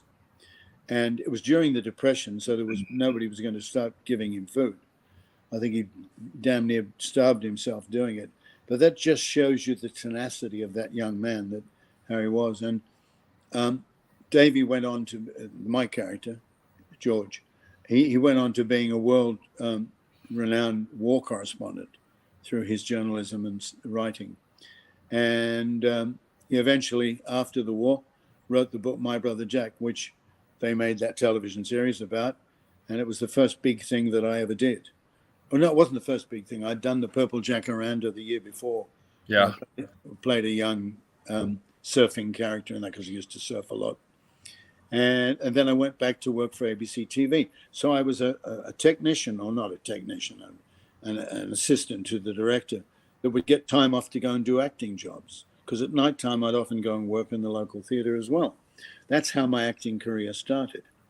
I suppose it really started because my parents were actors and my mother and father would always be working in the theater, and I'd go in. I'd seen more productions of King Lear than any other living human being.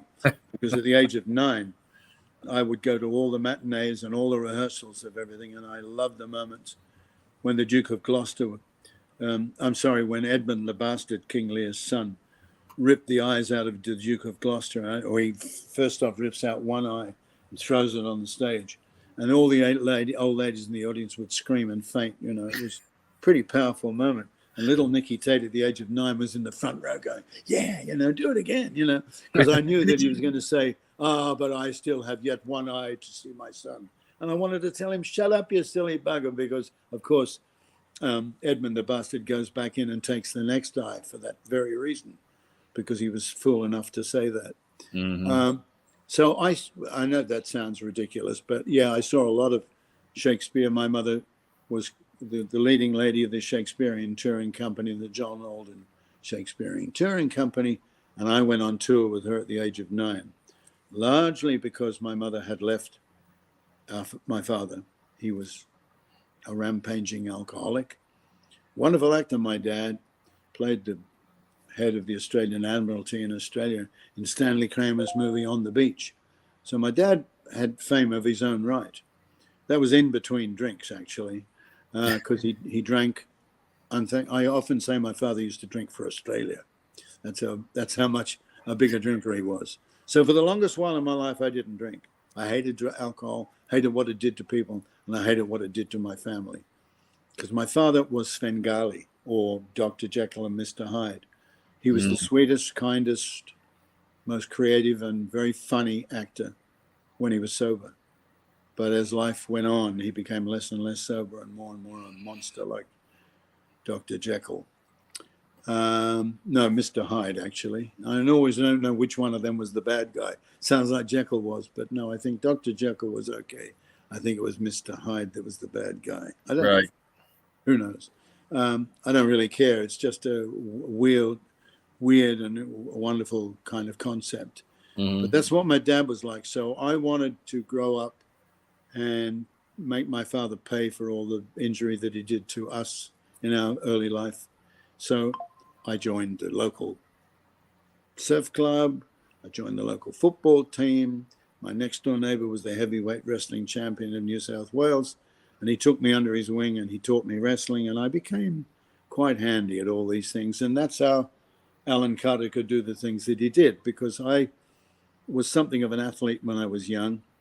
And I joined the Australian military force, citizens military force in the Green Berets. And I got my Green Beret. Out of 96 people that were in the first intake, only 18 of us 10 months later qualified with Green Beret.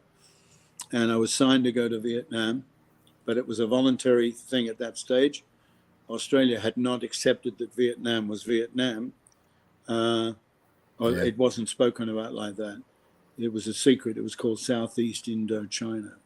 And they pulled a battalion of 112 men into a private room, all Green Beret guys, and said, we want volunteers in 1963 to go to Southeast Indochina and teach the South Vietnamese how to handle this invasion from North Vietnam.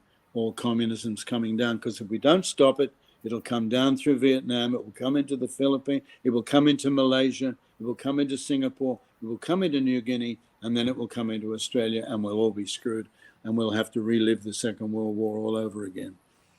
So a lot of people put their hands up out of the Green Berets. Out of 112 people, 56 men said they would go. And I said, I'm not going to go and fight somebody else's war. Vietnam hadn't started officially. America had not entered the war officially. Right. And neither had Australia. This was all secret. And we were sworn to secrecy. In fact, I'm breaking international and Australian laws by even telling you about how that started then, because we swore that we would never mention it. But 56 of those guys, those wonderful young men that I worked with and loved and spent a great deal of time with and sweated our guts out to get our Green Berets, they died. Or if they didn't die, they lost a leg or two legs or an arm. Yeah. Just a tragedy what went on when people used to dive into what we call Pakapanyal pits. The North Vietnamese or the South Vietnamese would put these bamboo spears into the ground with very, very sharp razor points on them. They'd do them in their hundreds along all the pits. Then as people were creeping through the jungle, we'd see them get them near the pits, and then we'd let off incendiaries, bang, bang, bang, or start shooting at them. They would all dive for cover into these pits, and they'd land on the Pacapaños. It was hideous. Ooh. I mean, people were there were no explosions. They didn't have enough money to be making all the bombs. It was the Americans with the bombs, and so and the Australians eventually. So they did a lot of that kind of stuff whereby you'd impale yourself on all these sharp implements. And I was sensible enough to say to myself, I joined the army in order to become a tough guy. I joined the army in order to be able to portray myself as a tough guy, even if I wasn't really a tough guy. And I don't think I've ever really been a tough guy. I just learned to be a wrestler because I needed aesthetically to be able to do it. And I needed aesthetically to be, but I worked my butt off. I ran a marathon with them, and you don't get a green beret unless you're qualified in all these things, like cliffing, unarmed combat, shooting. I'm a marksman. I learned all this stuff. I became an unarmed combat instructor, and it was all because I wanted to pretend I was a tough guy, like any actor. Most actors are not really tough guys, although don't ever make the mistake of. I remember the story that Jimmy Kahn told me once. He was sitting at a table. I worked with James Kahn on Submarine X1. We became great pals. That's another story altogether. But he said he was at the table. No, he didn't tell the story about himself. He told it about James Mitchum because he worked on a movie with James Mitchum and I think it was Kirk Douglas. No, it wasn't. It was the other guy, Burt Lancaster. It was either Kirk Douglas or Burt Lancaster. But they made a movie where they were all cowboys. And at that stage, Jimmy Kahn, was known as a bit of a young comedian. Yeah. And he played the cook. Do you know the film? Somebody's going to know the film. He played a cook on this thing where they were cowboys. And I've seen it, but I just can't put the name together. Jimmy Kahn was really good at comedy. He was very good at being a tough guy because he was a tough guy. And I saw him fight with the English stuntmen. You're talking about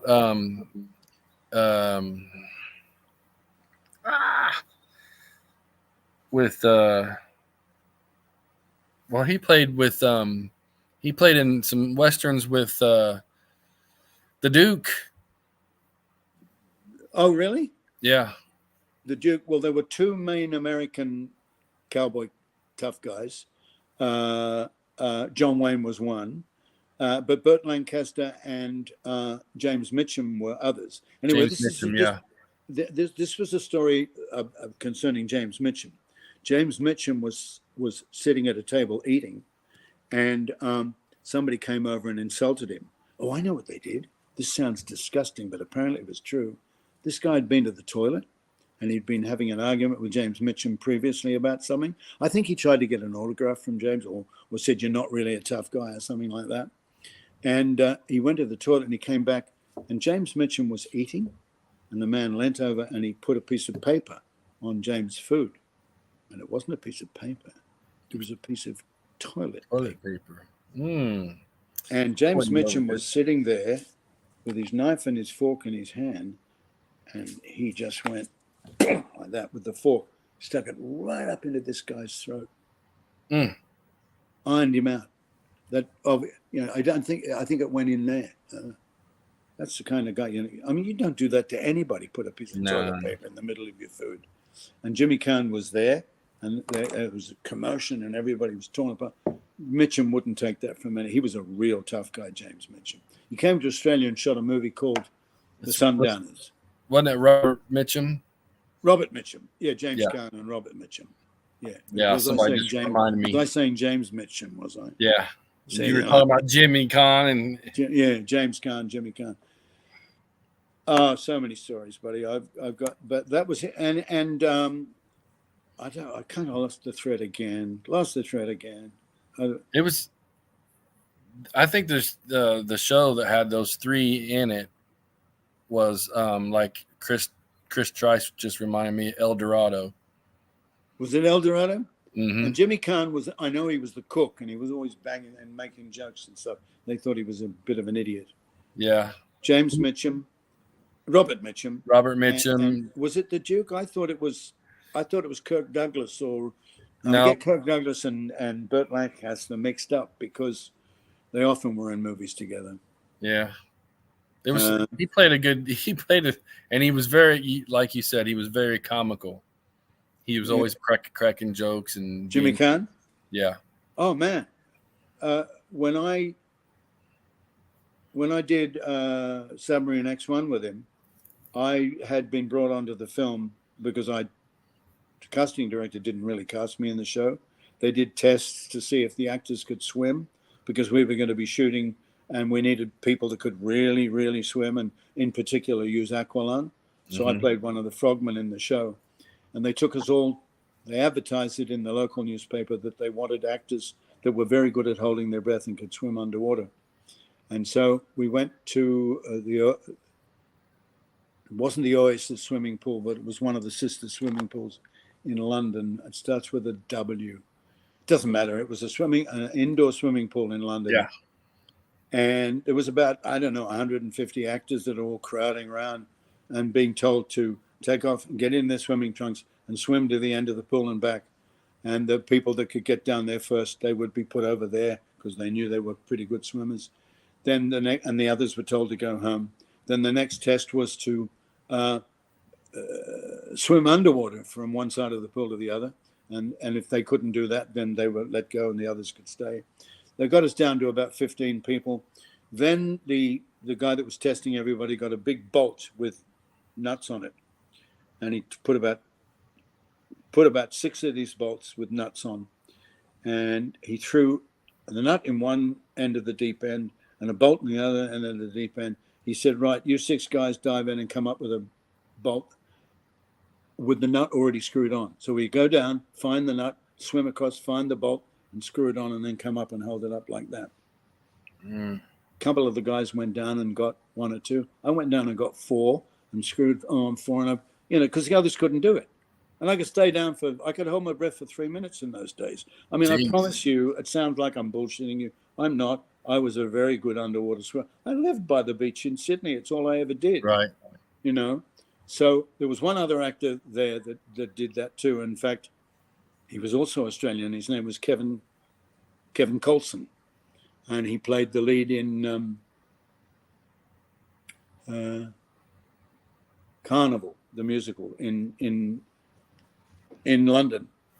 He was a big, very good-looking, handsome man and a lovely singing voice. Getting close. Colson or Kevin Colson, Kevin Colsby. Anyway, in the end, it was just between him and me as to, who could stay down the longest. So, because they were all very interested to see if any of us could break the 3 minutes. So we go down and he said, just stay down as long as you can. So we go down and I'm sitting on the bottom. And when you're holding your breath, it makes you want to rise all the time. So I look at Kev Colsby was his not Colson, Colsby. He's underneath the fucking ladder and he's got hold of the ladder and he's hanging on. Oh, this isn't fair, So I swim over to him and he's trying to push me away. And so eventually I got one hand on the ladder and he's got a hand. We're way down the bottom of this ladder so we can stay down. What are you doing that for? What's that mean? No, I have a visitor with me. Okay. Granddaughter. Oh, hello. Oh, Hi. hello. Hi. Have you ever seen the show that Todd likes? She's got T-shirts through the years, but now I don't think they've ever seen the Space 1909. My grandkids haven't either. Seriously. I asked my son Tom one time, why didn't you show it to them? He said, it's too scary, Dad. It's too scary. We won't show them Dragon's Domain. Yeah. But yeah, yes, I think it's about time that I insisted that my grandchildren be allowed to look at Space 1909. I don't insist anything because it sounds too egotistical, If he doesn't want them to watch it, they don't have to. Anyway, Kev Goldsby and I are down there, and we've broken the 3-minute mark. And he suddenly goes like this to me, which means go up. You're ready to go up? Let's go up together. So he starts up, and I go up. And as I'm going up, he suddenly duck dives and goes for Downey. He doesn't go up. The Right. bastard. So I break the water and everybody cheers because I've been down for about 3.5 minutes. About 4 seconds later, he then slowly comes up smiling, you know. So he actually beat me. He was down for about 3.5 minutes. And I thought he'd get the role. He didn't get the role. I got the role. And, you know, I often wondered about, I mean, he was good at everything and he was fabulous looking. And then suddenly dawned on me eventually, he was fabulous looking. He was 6'2". James Caan is about 5'11". I mean, he's a not small guy. Right. He's a big guy and tough as nails. But again, you know, why would you want to have a 6'2" gorgeous looking man in a tiny midget submarine with you when I was only 5'9" and not as good looking as James Caan? So he was very happy for me to be there. You know, sometimes looking like a matinee idol, like it happened to Harrison Ford. Harrison Ford did not get to be the star that he is today because he was too good looking. And the casting directors used to say, he's too pretty. They wouldn't cast him. They thought he couldn't act because he was too pretty. Right. So sometimes it pays to not be so pretty. And for me, with Martin Landau, Martin didn't like the look of the Italian actor that was coming over. He was very attractive. I started to tell you that story. Really good looking guy. And about a week before he was due to arrive, suddenly the word got around, he's not coming. And then Lee Katzin comes over to me and he says, because I was there, I'd already been cast playing this role where I was going to die. And he says to me, Nick, can you do an Italian accent? I go, yeah, why? And he said, well, we're going to lose the Italian actor that's coming to play the lead chief astronaut. Be very interesting to see you test for it. I think you could do it. This is the director of the first episode. We had a very rare situation happen. Normally when you do a show, the cast people they all know, and then you might get a couple of days together, you do a read. We had 4 weeks of rehearsal and practice because ITC were determined to get it right. And Lee Katzin insisted that he have this time. Maybe Martin and Barbara wanted it too. I think they did. Thank God they did. Because people got to know me. I was not going to be cast in this role. I was going to die in the first episode. And so Lee gets me to go in and read for the role. There's a long story about how I got it, and I'm not going to bore everybody with it now. But I did get the role in the end, not as an Italian playing Alphonse Catani, as an Australian playing Alan Carter, you know, and that's another story, which I've told many times, and I will tell again to an audience that I'm with at the conventions. Oh, we're all glad that you got the role. So so am I. It's been a wonderful journey. I can't believe it was 50 years ago. In fact, I know. No, we're talking about all that was going on in November of 1973. So it's 51 years ago when Lee was saying to me, "Can you do an Italian accent?" Right. You know, yeah. And then even then I didn't get it. It took a long while for them to finally decide that I should. And even then they didn't sign me to the series. They said, "We'll have you do the first episode. And, you know, hopefully, you know, it'll work out." I mean, what do you mean, hopefully? Well, but no, I was very confident, and that's what Lee liked.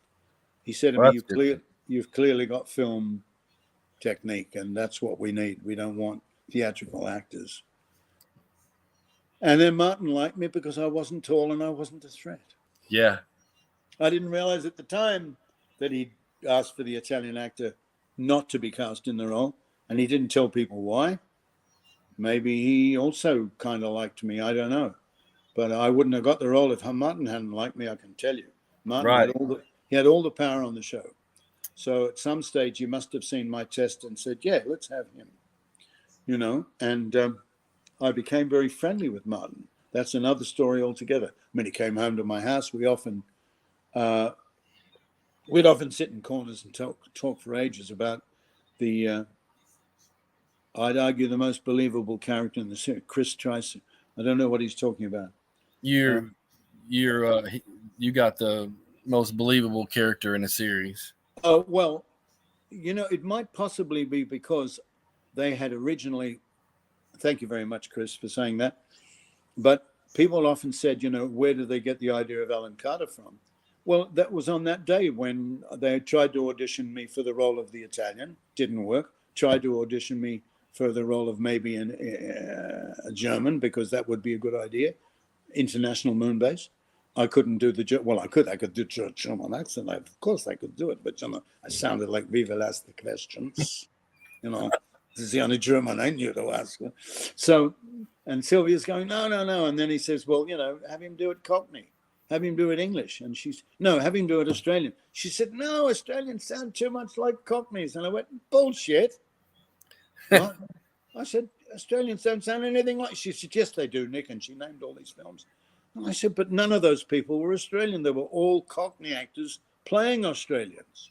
You have an Australian playing an Australian, you'll know the difference. There you go. Cockney calls a Cockney kowtows to the boss, dips his forelock, opens the door for the governor.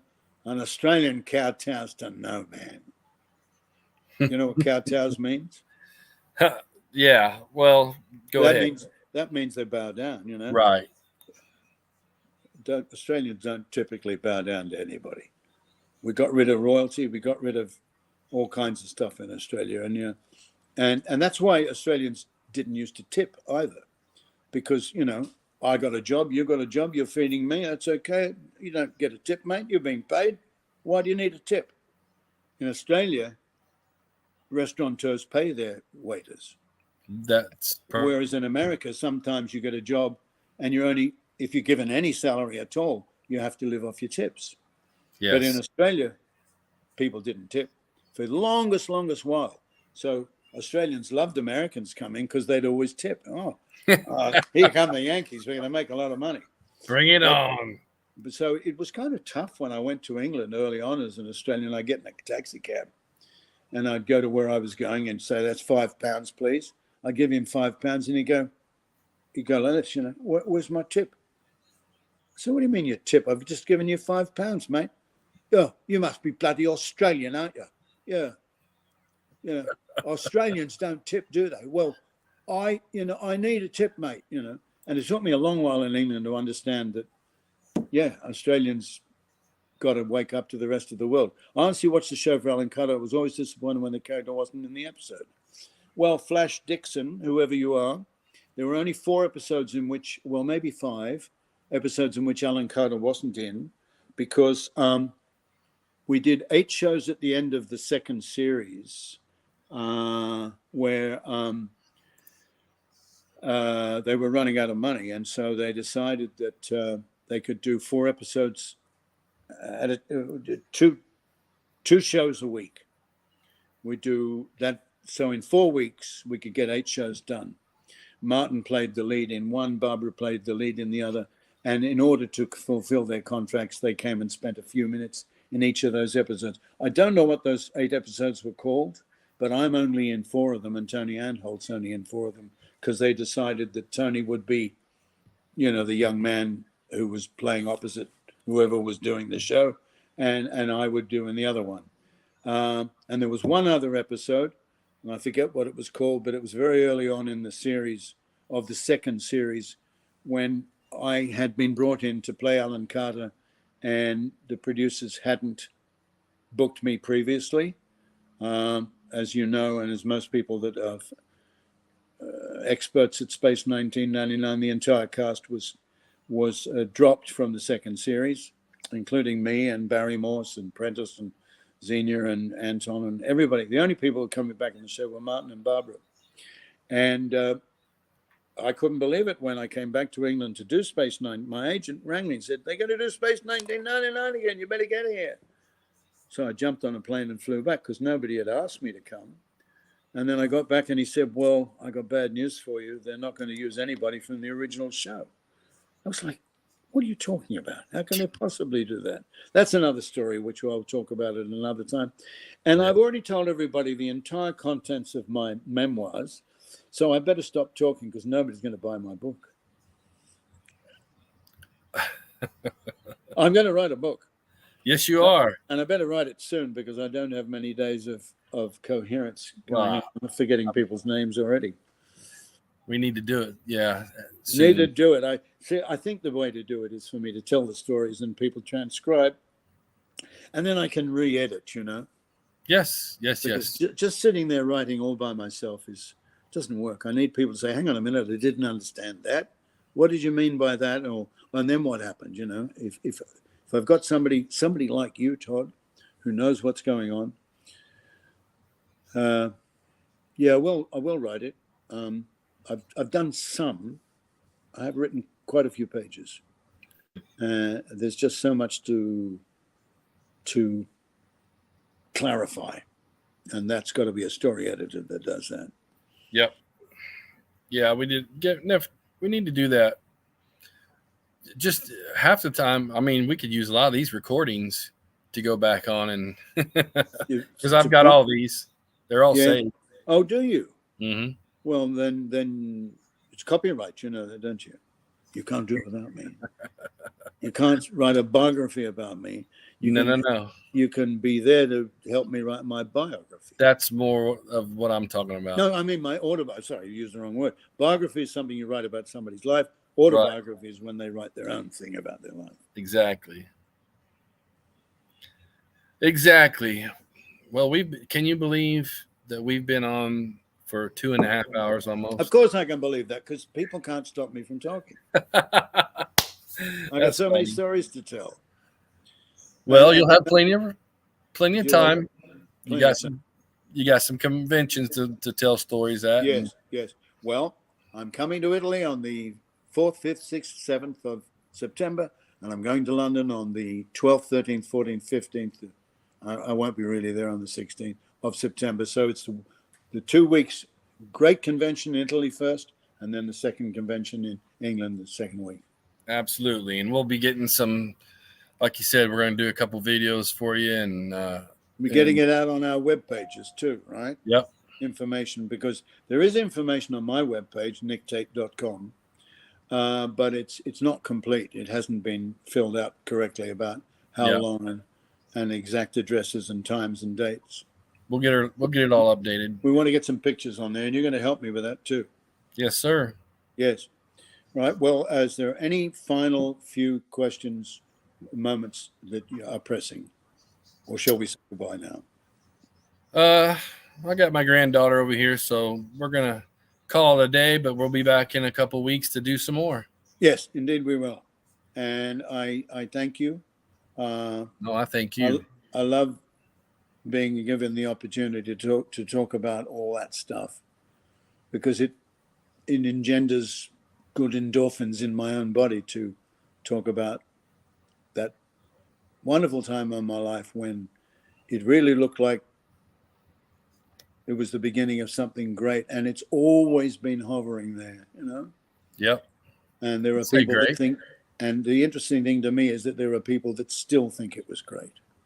And that is why I pay homage to them and to you for perpetuating this and making it a reality. Yeah. Yep. Keeps me young. Yeah. Heck yeah. Anything to do. Yep. That's what it's all about. Yep. You're as young as you feel.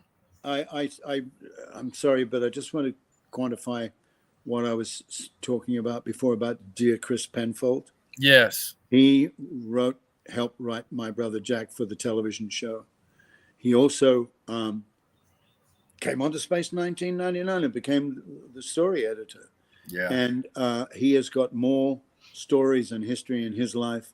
And the fact that we didn't have anything to do with each other in between those times. Mm-hmm. My Brother Jack was 1964. Space 1999 was 1973, 4, 75, and then 76. And he was story editor on both. He's a really nice guy. And he's a wonderful human being. He's been helping to write a radio. It's like a web page that, not a web page, it's a story about science fiction, the end of the world. Mm-hmm. And my character narrates it. I'm in it too. I play the father in it. Helios. Yeah. So people should be expecting and waiting to hear about this. I've That'd be- listened to. I finished it, but they haven't finished editing it. I've heard a couple of hours of it, and it's breathtaking. It's yeah. you put the headphones on, and it's amazing. It's a great deal more. There's wonderful actors in it. Great. We'll be looking forward for that. And as soon as we get some info, we'll be posting it. Well, I can't tell you too much about it because there's a real twist in it that you don't realize. You're thinking what something is happening, and there's something altogether different. Although other people might see the twist in it, I don't know. Yeah. We'll see. We shall see. Yeah. Yeah, I met him at 2017 and 2019 conventions. Awesome guy. I hope he can get well. Me too. It's he's a couple of years older than I am. I don't think I'm letting it out of the bag. I think Chris is 83. He might be 84. I'm not sure. Mm-hmm. And I'm prime and fit right now, but I wasn't 2 years ago. Right. Doctors told me, hey, you better get your affairs in order. Hopefully, yeah. Oh, that's too much. Well, I was 78 and I had septicemia, and I had it very badly. Yes, and most people that get that kind of septicemia, they don't come back. The fact that I'm sitting here now and talking to you is amazing. And I just got to be careful that I don't ever get septicemia again, because it's deadly. No, thank you. And I got septicemia because some doctors stuck a dirty needle in me. So be careful of doctors. And nobody could ever nail it down to anybody, because it was a period in my life when I was getting lots of blood transfusions and lots of cortisone and painkillers and stuff. And I was probably jabbed over a period of 6 months about 25 times. So who gave me the dirty needle? I don't know. Yeah. But hey, who cares? I'm alive. Yeah, you're here. And that's, so I'm proof of that you can come back, Yeah, hopefully that's the same with him. I want to see Chris rally. Yeah. Chris Penfold, love you, mate. Let's say goodbye now, and we'll talk again soon. Absolutely. Thanks for joining us. About the conventions, Italy and England. Here we come, September. Yep. There you go. We'll get it done. God bless, buddy. Thanks a lot. Bye. Have a good day. Okay, everybody. So we're gonna call it a day. Our buddy Nick, I'm telling you, he's the guy. I can't get enough of Mr. Tate and his stories, and it's all everything he's been through. So, and gonna be through. So, here we go. Have a good weekend, what's left of it, and we'll see you in a few weeks. Talk to you guys later. Bye-bye.